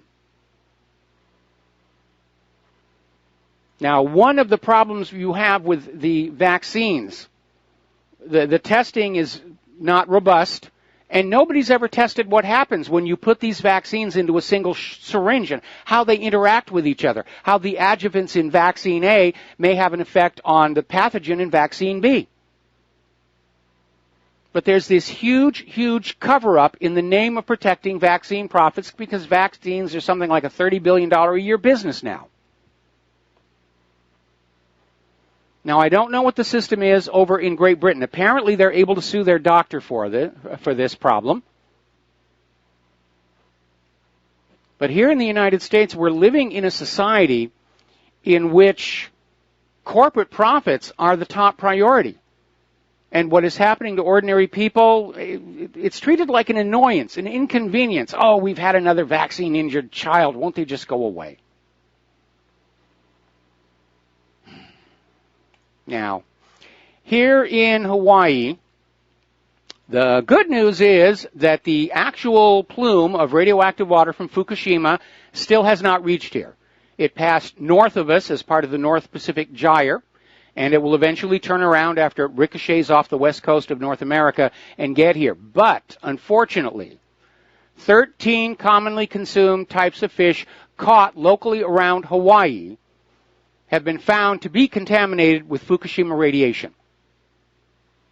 They all have detectable cesium contamination, cesium 134, 137, and basically what it means is anybody eating the locally caught fish is at risk of contamination. And you need to understand the difference between exposure and contamination. Exposure to radiation is momentary, like a chest x-ray. If you are contaminated, if you have eaten or inhaled one of these tiny radiating particles, it sits in your body and it goes on radiating, and at that point it's only a matter of time before the DNA damage leads to tumors or other problems. So this is going to be a real problem for seafood restaurants here in the islands. And the sushi places are already having to fly their fish in from South America. They don't dare catch the local fish anymore. So what is the world doing about Fukushima? Well, there's not much that they can do. And apparently France, which following Fukushima, said that they were going to cut their dependence on nuclear power to 50% by 2025, is now out there saying that, well, they're probably not going to be able to do that. They're backtracking on that already. All righty. Now, getting on down here, out in California, Government Moonbeam is out there saying the world needs brainwashing on climate change. He actually used that word. And he basically is trying to take this global warming out of the science arena where it's not doing well. And he's trying to make it an article of faith. And he's talking about how his history with the Jesuits and achieving transformation and getting people to believe. And he actually came out with this comment saying, at the highest circles, people still don't get it. It's not just a light rinsing that's required. We need a total, I might say, brainwashing. So that's what he's talking about. We're going to brainwash you into believing that human activity is warming the world, and then you will happily pay a carbon tax and do what we tell you. That's the thinking they're coming out there. And there's been a little bit of an embarrassment in the climate change, global warming orthodoxy. And this is going back to the Paradise Papers, because it has revealed that Prince Charles' estate secretly bought shares in an offshore company that would benefit from a rule change to Britain's climate policy. And apparently the Duchy of Cornwall invested $113,000 in an offshore carbon credits firm run by, quote, a close friend, end quote. The prince then made a bunch of speeches on the rules surrounding carbon credits And the rules were changed, and the duchy almost tripled the value of their investment in just over a year. I keep telling you, this is all a scam to get money, to get power, to get control. And we're already seeing signs of an early, hard winter here in the northern hemisphere. Snow is arriving early in a lot of places. It's arriving heavier than normal for this time of year. Now, the global warming people are out there saying, well, there's still, the ice is melting in Antarctica. You humans are melting the ice in Antarctica. Yeah, all we have to do is go down to Antarctica and take pictures of the melting ice, and that will prove it. Of course, the last time they tried to do that, they got stuck in the ice. But as it turns out, NASA has discovered evidence that there is a lot more volcanic activity underneath Antarctica than Mount Erebus. And it is this geothermal activity that is leading to some of the melting observed on the surface. Apparently, underneath Antarctica, there is a mantle plume like we have underneath Hawaii. And that is where the heat is coming from. Every time they say the humans are warming the ocean, the first thing I say is, how many active thermal vents and volcanoes are there on the floor of the world's oceans? And they'll go, I don't know. And I say, well, don't feel bad. It's a trick question. Nobody knows. Nobody knows how many active thermal vents and volcanoes are pouring heat into the ocean depths. And if you don't know that, and you can't correct for that, then any studies that claim to know how much humans are warming the ocean are just so much scientific wild guesses to keep the funding flowing in. Along with everything else in our society, even science has been perverted by money. And it's a shame to see. Now, a little bit of good news out there, though. Bill Nye, the not-so-very scientific guy, is admitting that his climate change crusades are not getting anywhere. He's not getting any traction with them. And the reason is because so many people can look out their windows and see the snow for themselves. We'll be back after these few words. And aloha, America. Welcome back to our show here. And we're going to go to the phones here. Cliff in Illinois. Aloha. Welcome to the show. What's on your mind? Hello, Mike. How are you today? Doing fine. I have a question. Now, I haven't been able to hear your show today. I catch you the following day on YouTube. So I don't know if you've gone over this or not, but I didn't hear anything yesterday on the show. And I'm trying to understand how a U.S. Senator can be savagely beaten in his driveway and sustain the kind of injuries that we know he sustained, and the guy gets off with fourth-degree assault and gets out of jail the next day on like $7,000 bail. Now, if this happened in Rand Paul's district, I would think that the people of that area would have a lot of questions for the local police and why something more isn't being done about this. What are your thoughts on that? Okay, well, first of all, the guy who assaulted Rand Paul was his neighbor. I mean, obviously, senators and congressmen keep their addresses secret so that people who don't like them don't know where to find them. And the neighbor's not off the hook. He's, as you say, he's out of jail on bail, but he's still facing a trial, and he could still be looking at some serious jail time.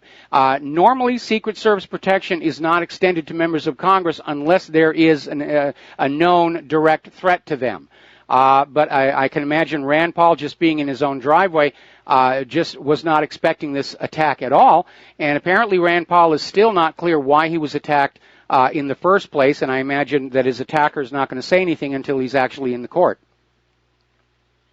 Have you heard any details about how he sustained the injury? I mean, was he kicked or hit with an object, or what's the story there? I don't know if there was an object involved, but obviously, fists and punches, because most of the injury was to his rib cage, and apparently 4 of his ribs were cracked, some of them all the way through, and there may have even been a puncture to one of the lungs. Yeah, that's what I heard. It doesn't sound like the kind of injuries that would come from being punched or a fist fight. It sounds like, I mean, you could make the case that it was attempted murder. If you're hitting someone in their ribs, that's where all their vitals are.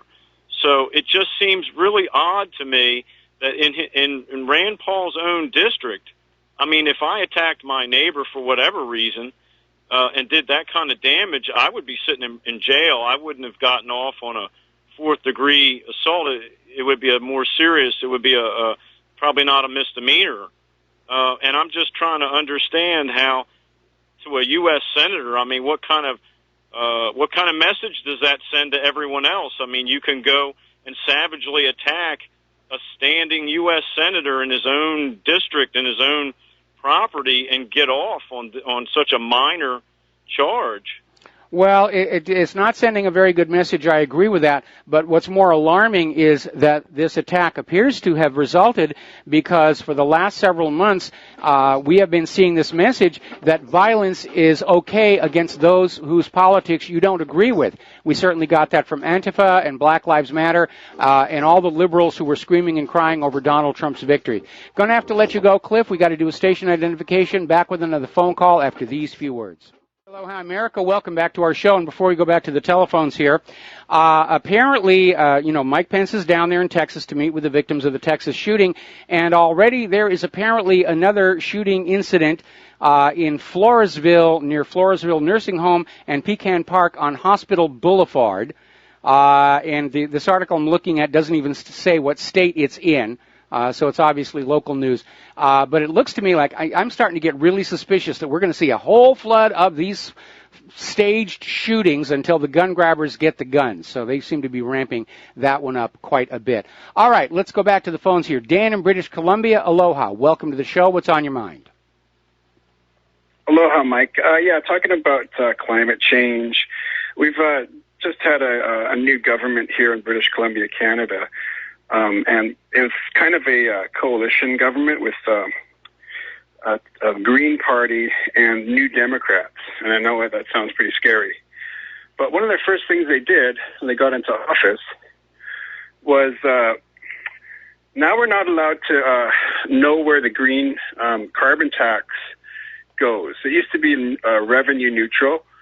And now it's supposed to be it was supposed to be for green buses and putting in bike lanes, all that kind of stuff. Now we're not allowed to know where the money's going, and it's going into the general coffers.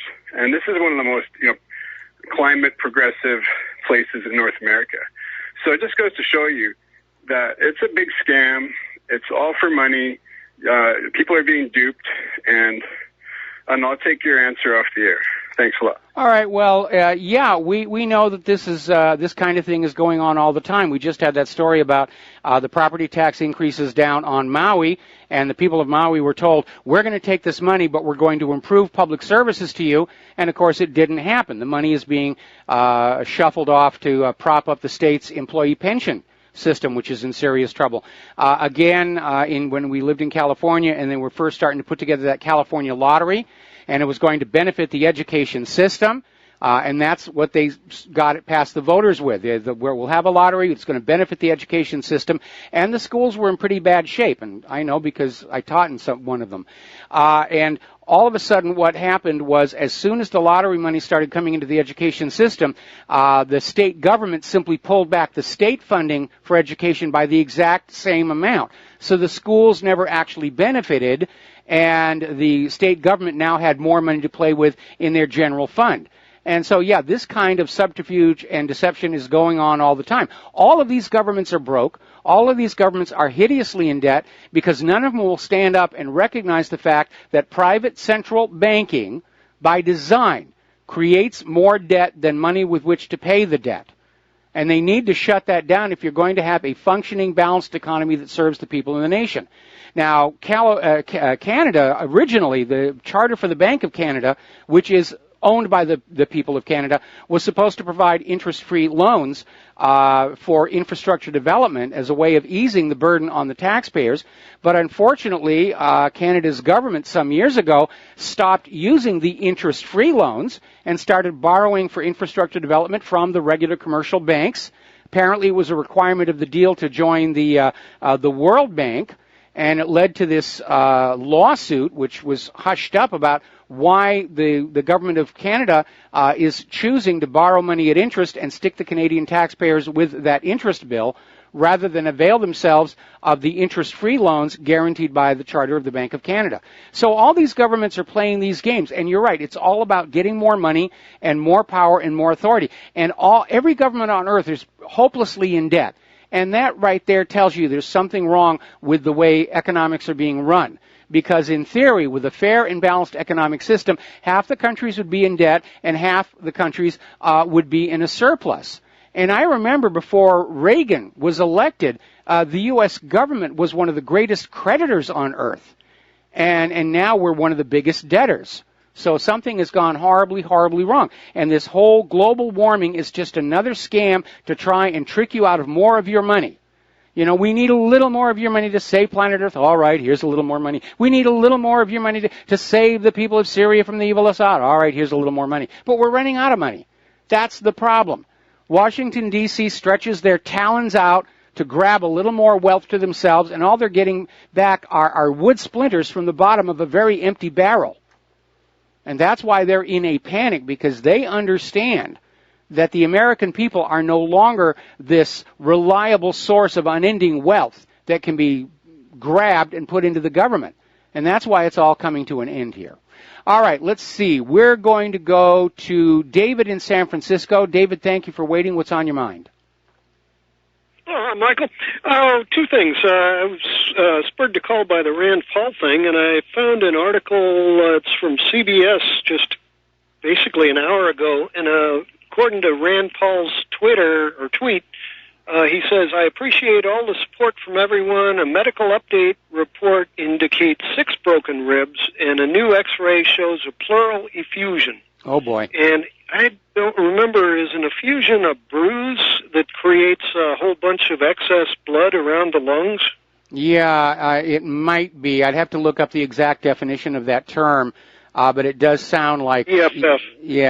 Yeah, it does sound bad. But did they mention whether the person who attacked him with a weapon? Because that kind of damage, that sounds like, a baseball bat or like a rake handle or something.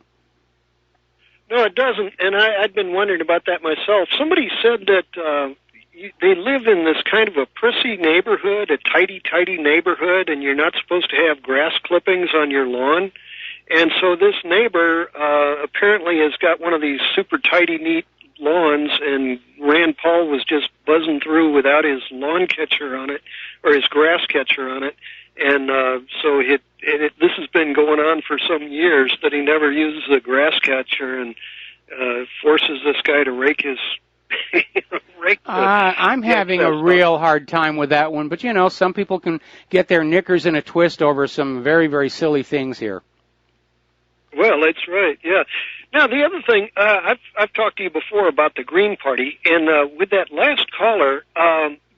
I'm calling you from San Francisco, where the Green Party puts out a lot of good ideas, but the old boy system find a way to screw it up. So, for example, it's been now 22 years ago that we legalized marijuana for medical use, and already today I attended a press conference where virtually no cannabis shop can get set up in this city anymore because of zoning restrictions saying you can't have it within a certain distance of a school. And so for every possible proximity to a school, there's no business district that won't be affected, and so it'll basically make it impossible to set up a cannabis shop in the very city where we got it legalized to begin with. And so there was a press conference on that today, and some of the members of the Board of Supervisors are intent upon reversing that. And that gives a kind of a correlation to what the earlier guy was talking about.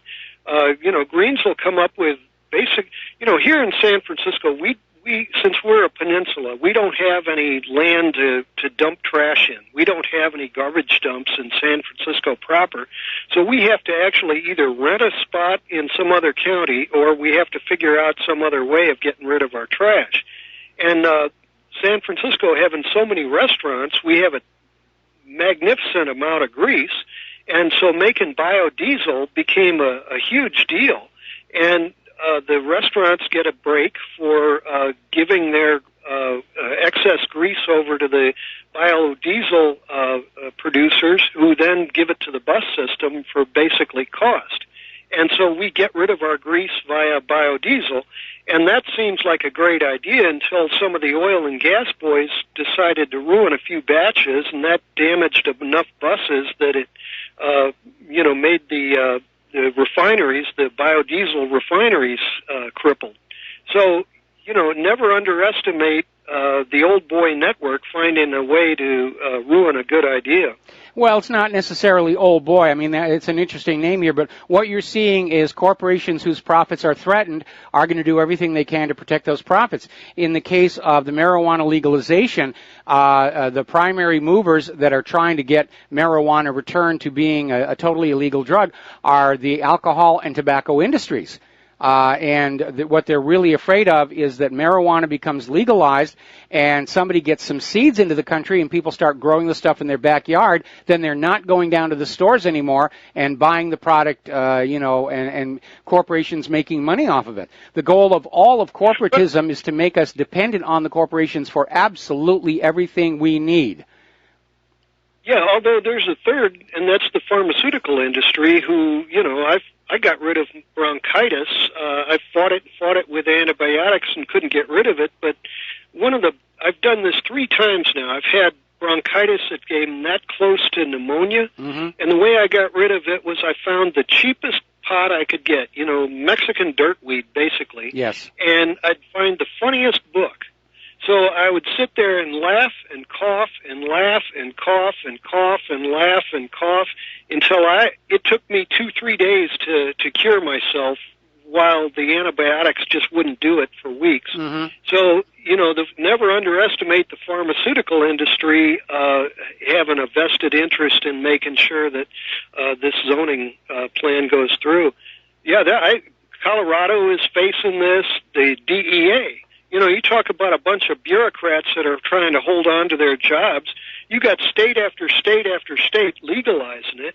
You've got places like western Kansas that used to grow hemp, in the 19-teens, the 1920s, the 1800s. Hemp was 1/3 of the American economy. It wasn't just rope. It was paper. It was high-quality cloth. It was burlap bags. It was silage for cattle. Yes. It was hundreds and hundreds of uses, oils, all sorts of different things. It's a very useful plant. And when William Randolph Hearst decided to outlaw it, he figured out that if he called it hemp, he'd get laughed out of there. But if he called it marijuana, nobody had ever heard of the word marijuana before, and outlawing marijuana, well, I guess we could, but it was 1/3 of the American economy. And all of a sudden, this one guy, William Randolph Hearst, outlaws 1/3 of the American economy and forces us to go over to oil, to petroleum, in other words, and cutting down trees, which is a very wasteful way of making paper. So, you have an annual plant like hemp versus a perennial like a tree.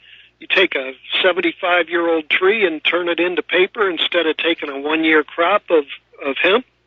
Yep. Huge waste. So, yeah. I'm in agreement with you. I mean, here in Hawaii, they do have medical marijuana allowed, but again, I think the real fear is the established corporate profits, whether it's big alcohol, big tobacco, big pharmaceuticals. They want it all to go away, and Sessions is clearly, obviously, on board with them. Anyway, listen, David, we're going to have to let you... Thanks. Yeah, we have to let you go here. Do a shout-out to our on-air affiliates rejoining our network here, and we're going to go to Andy in Texas. Andy, thank you for waiting. What's on your mind? Well, hey, Mike, I think... there's several things weighing on my mind. I think everybody in this country can say there's several things weighing on their mind. But one of the things I want to say is that we're all being very overcautious about Donald Trump. I mean, there's no doubt, unless this is a serious psyop, there's no doubt that Donald Trump is not the favorite of anybody involved in this big conspiracy that we've exposed here. I mean, because he's totally at the other end of all of these jokes. He's the butt end of the joke. So having said that, either this is a really serious psyop, or he's actually doing whatever he can do. And with a deep state government that is,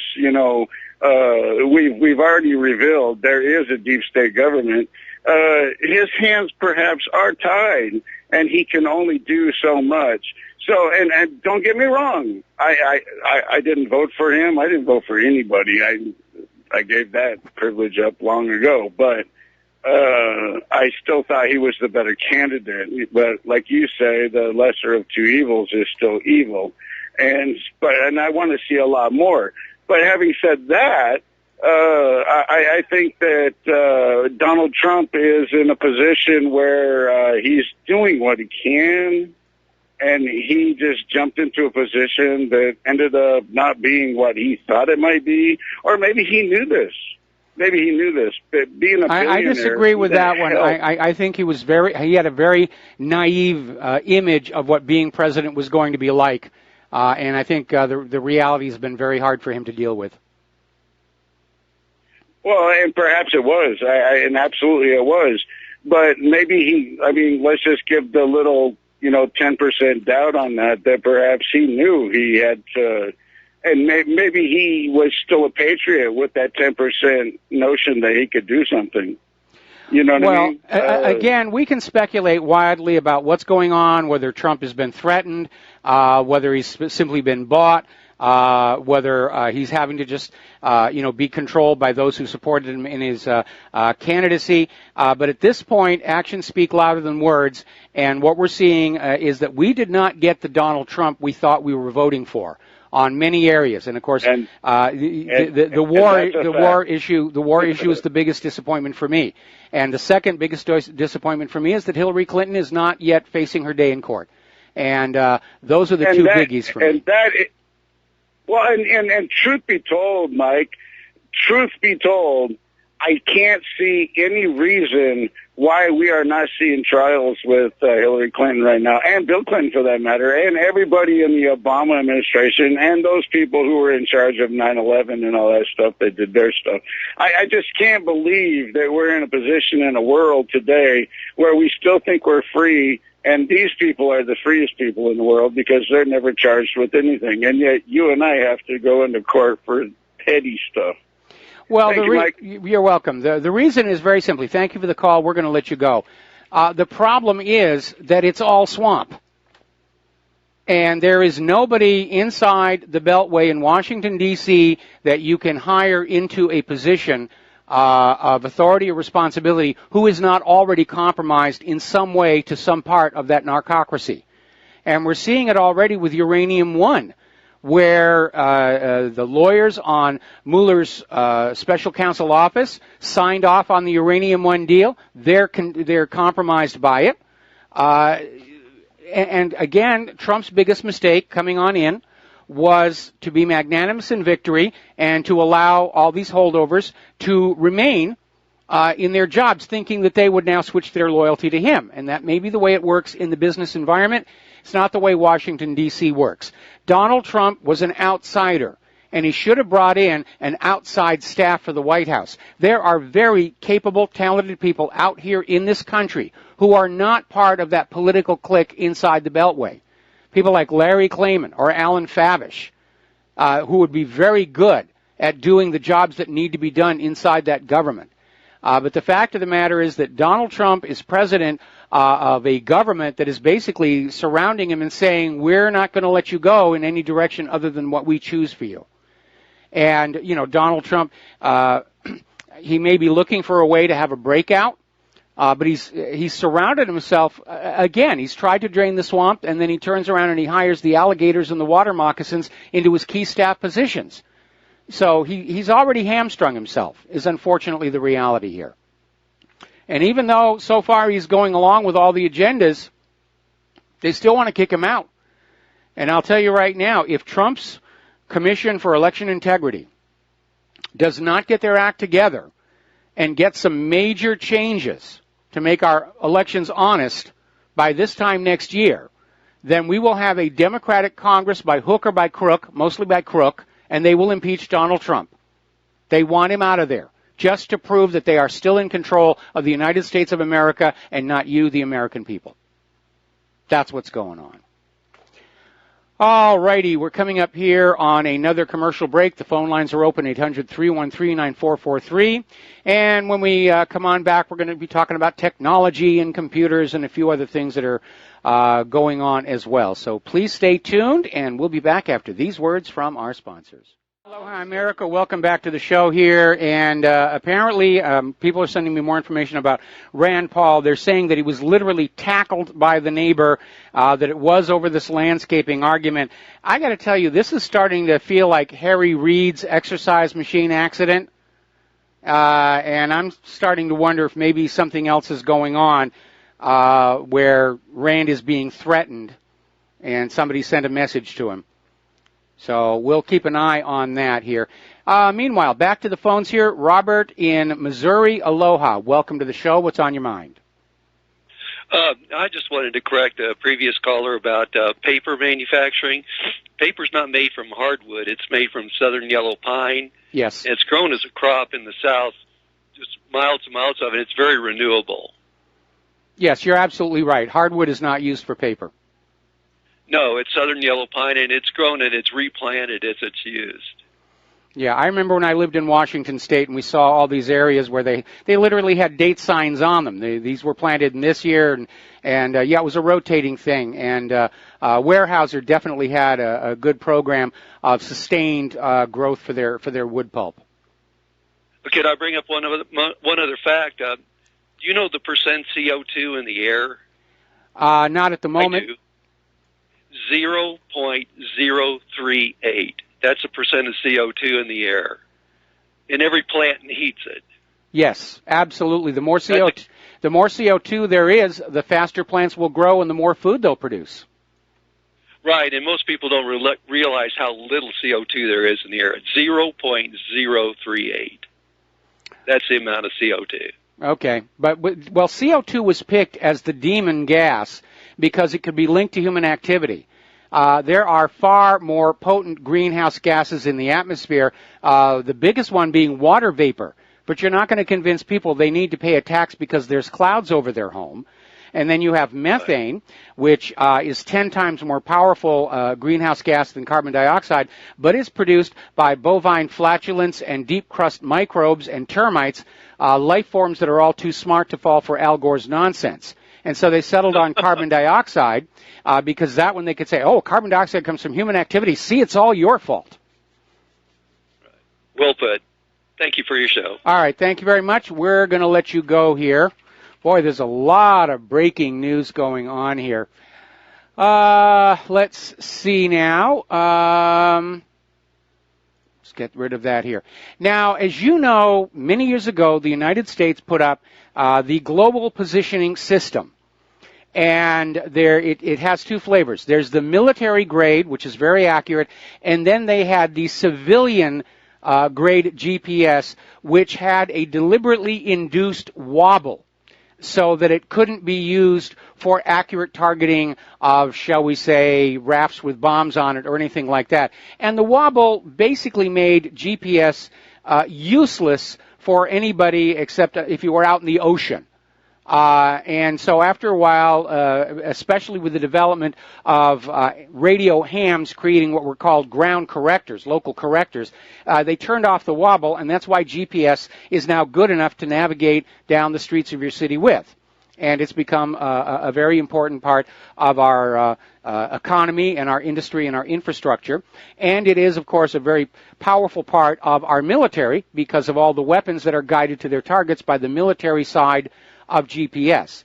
Now, the U.S. has always maintained a right, if you will, to shut off GPS to prevent its being used by other countries against us in the event of war.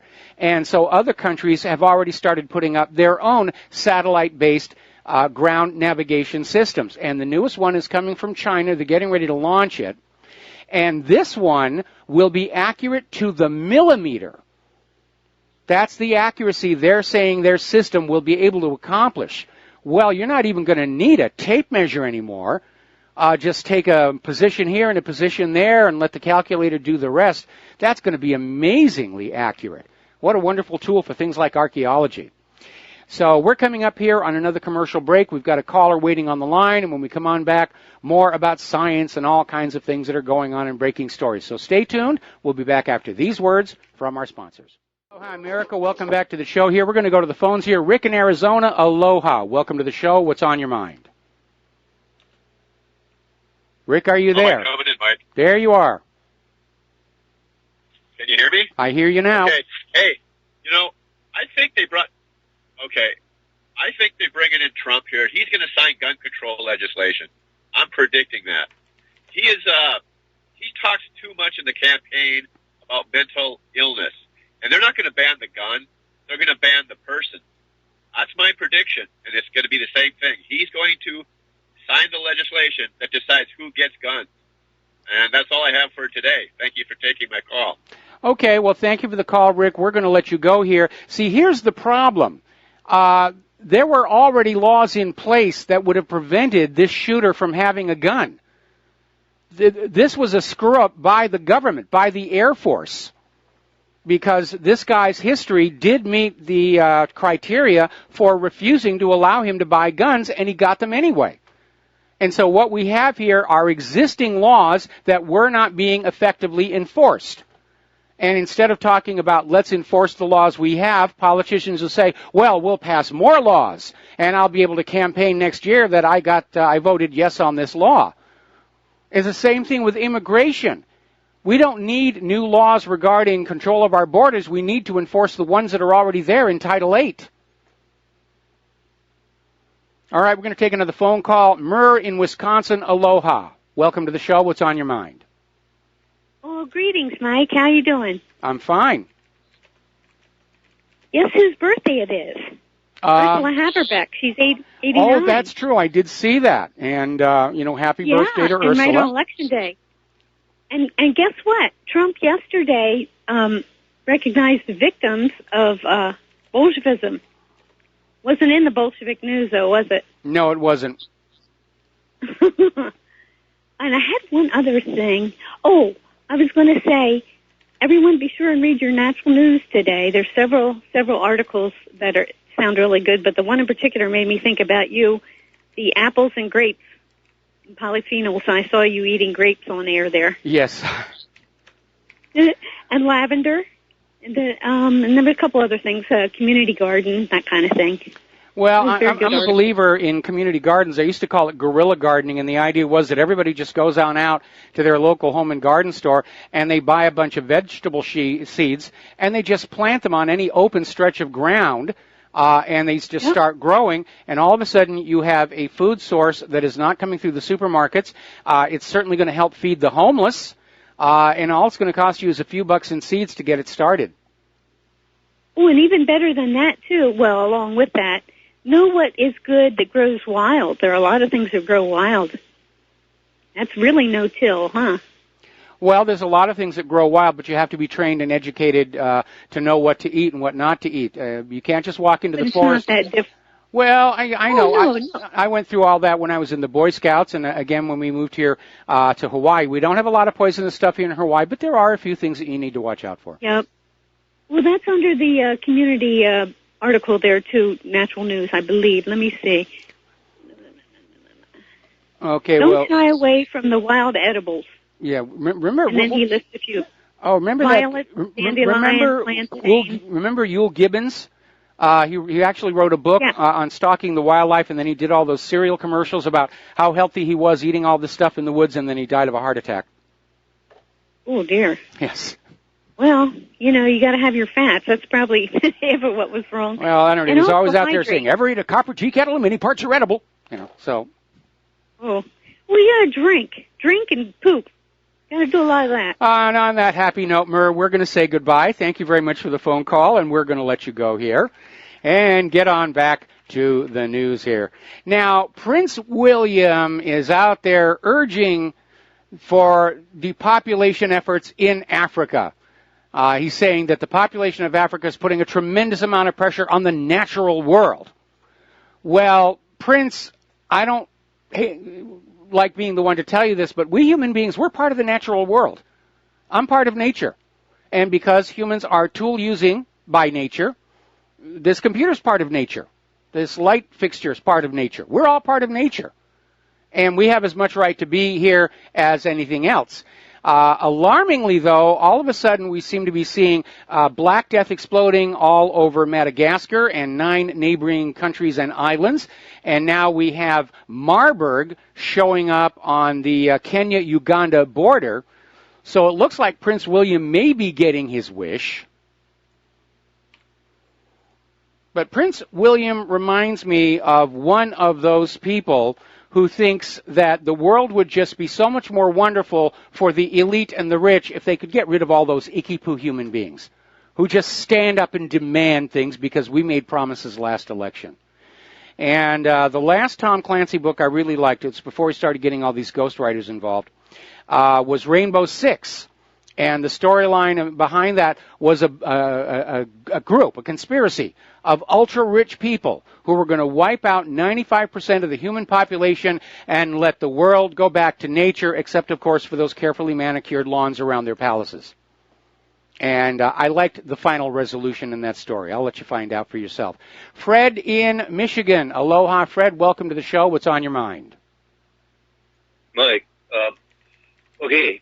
You mentioned Trump, so whenever Trump comes up, I recall back in March when APAC came to town. Yes. I don't think they ever leave town, do they? No, they don't.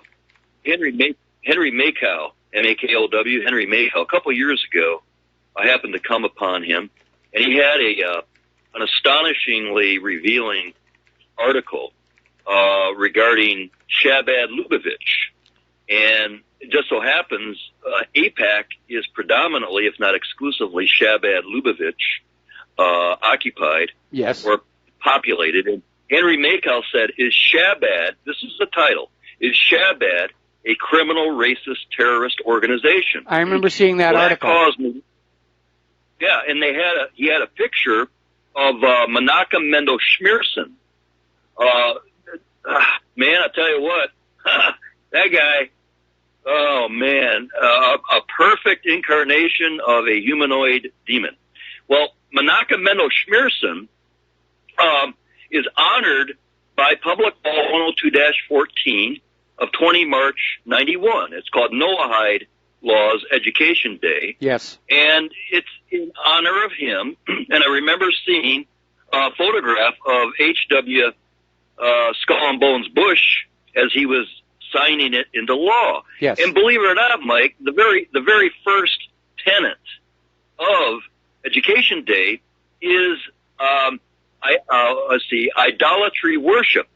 And according to Shabbat Lubavitch, anyone that worships a so-called God other than their God, which they claim, that's why Tex Mars, who revealed this with John Stadtmiller last year, Tex Mars wrote the book Holy Serpent of the Jews. Well, the Shabbat people, they worship Lucifer, Hasatan, Baphomet, Jabalon.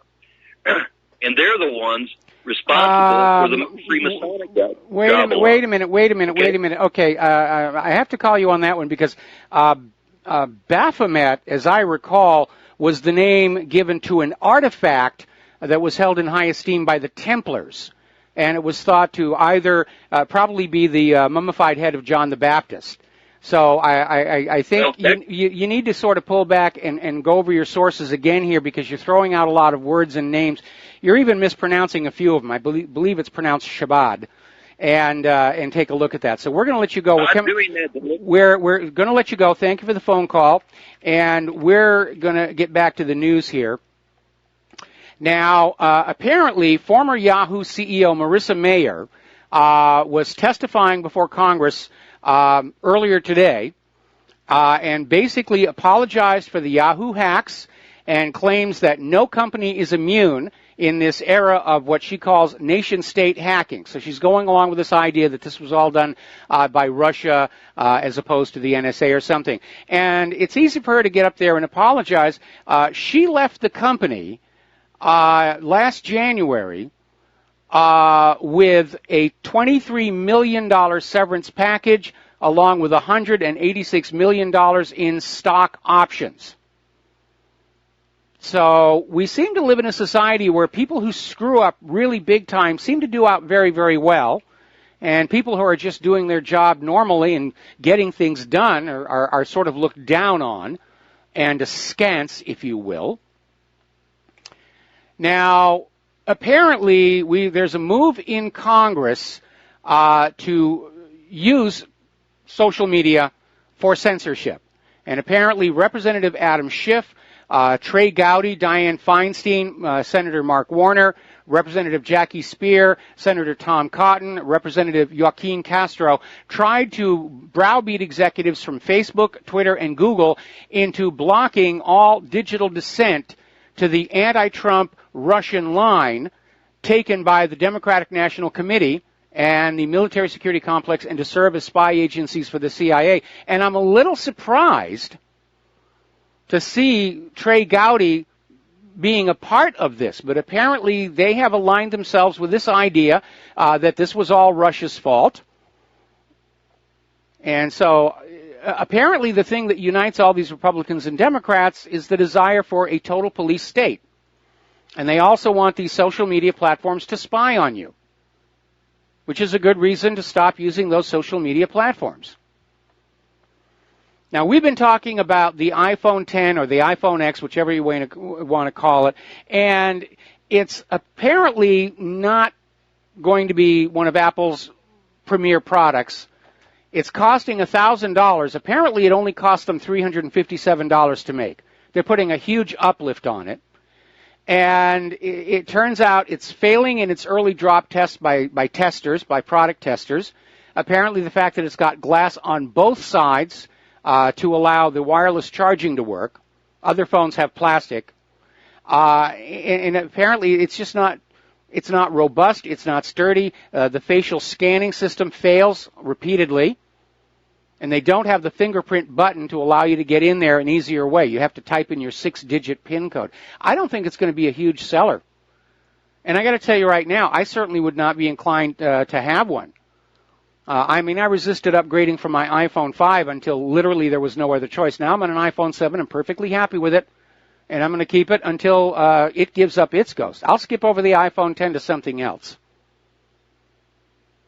Now, apparently, there's been another scandal.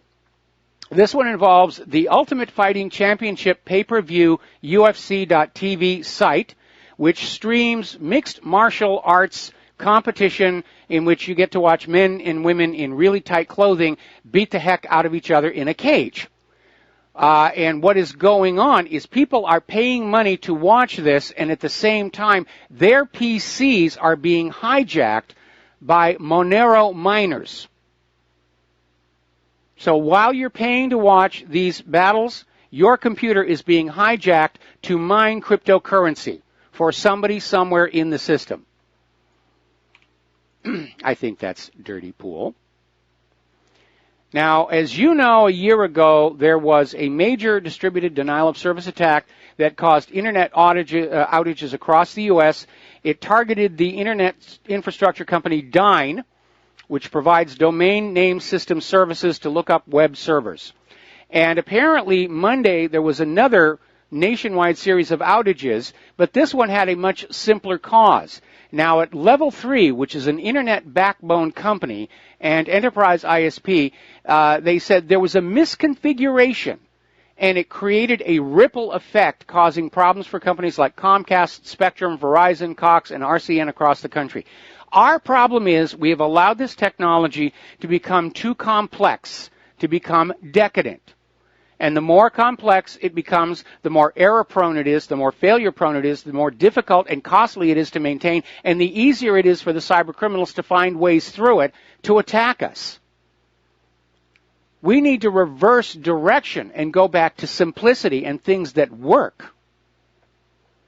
A lot of people were very upset to find out that there is a Minix operating system inside Intel's CPU chips.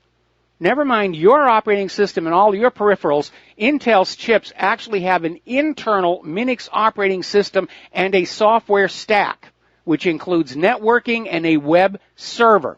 And it's as insecure as it can be. It's wide open for somebody to take control of your machine, and people are very upset about this. Now they're trying to find out if AMD is doing the same thing.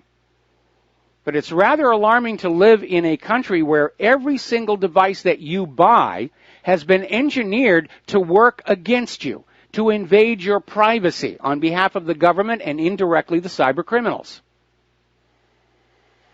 Now, apparently, you can still PWN Android gear with Wi-Fi packets, even though it's 2017.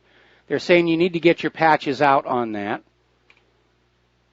Do you know when Rome fell? When Rome began to fall, yes, it was hideous amounts of debt, and that in turn led to another reality.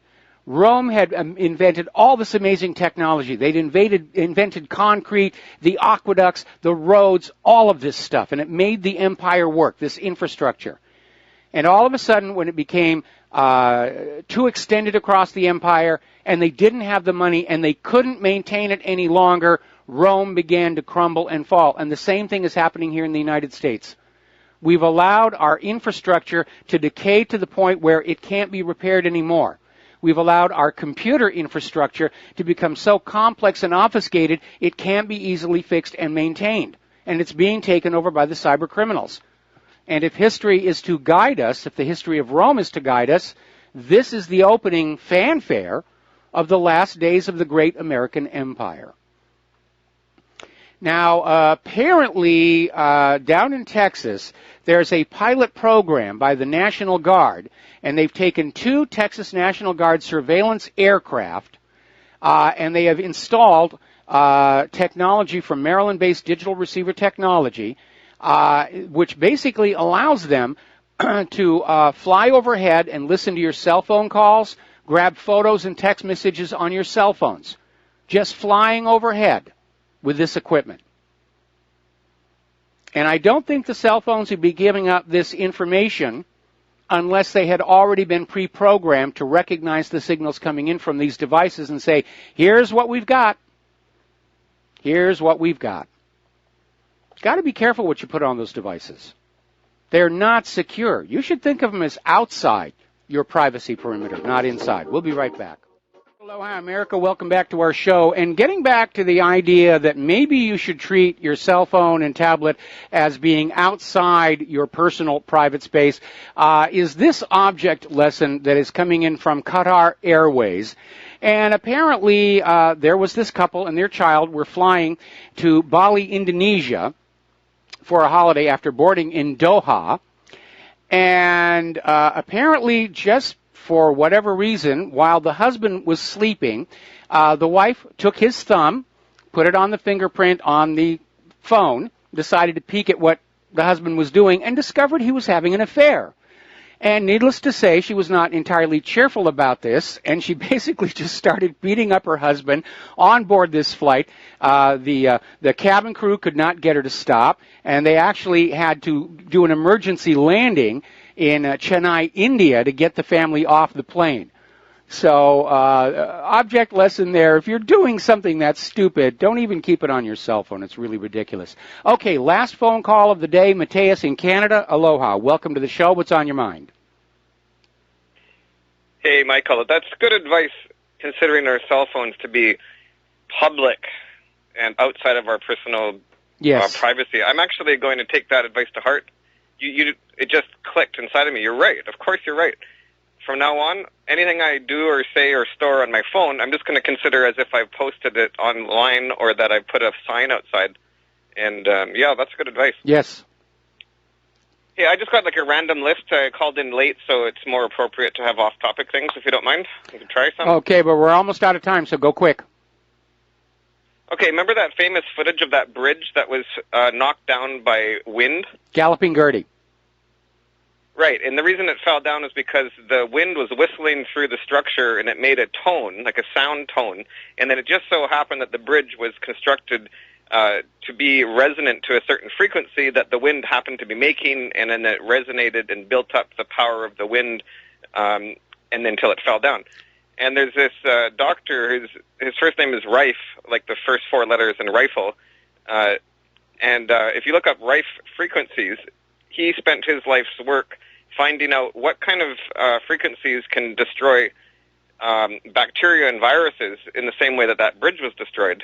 And it's very fascinating that there is ways of targeting specific viruses with specific frequencies and killing them off. As I recall, he was never actually able to find a frequency that would work on a virus or bacteria and not harm the cells near it. But what's really interesting is, you know, those backscatter machines they have at the airport that they claim are harmless.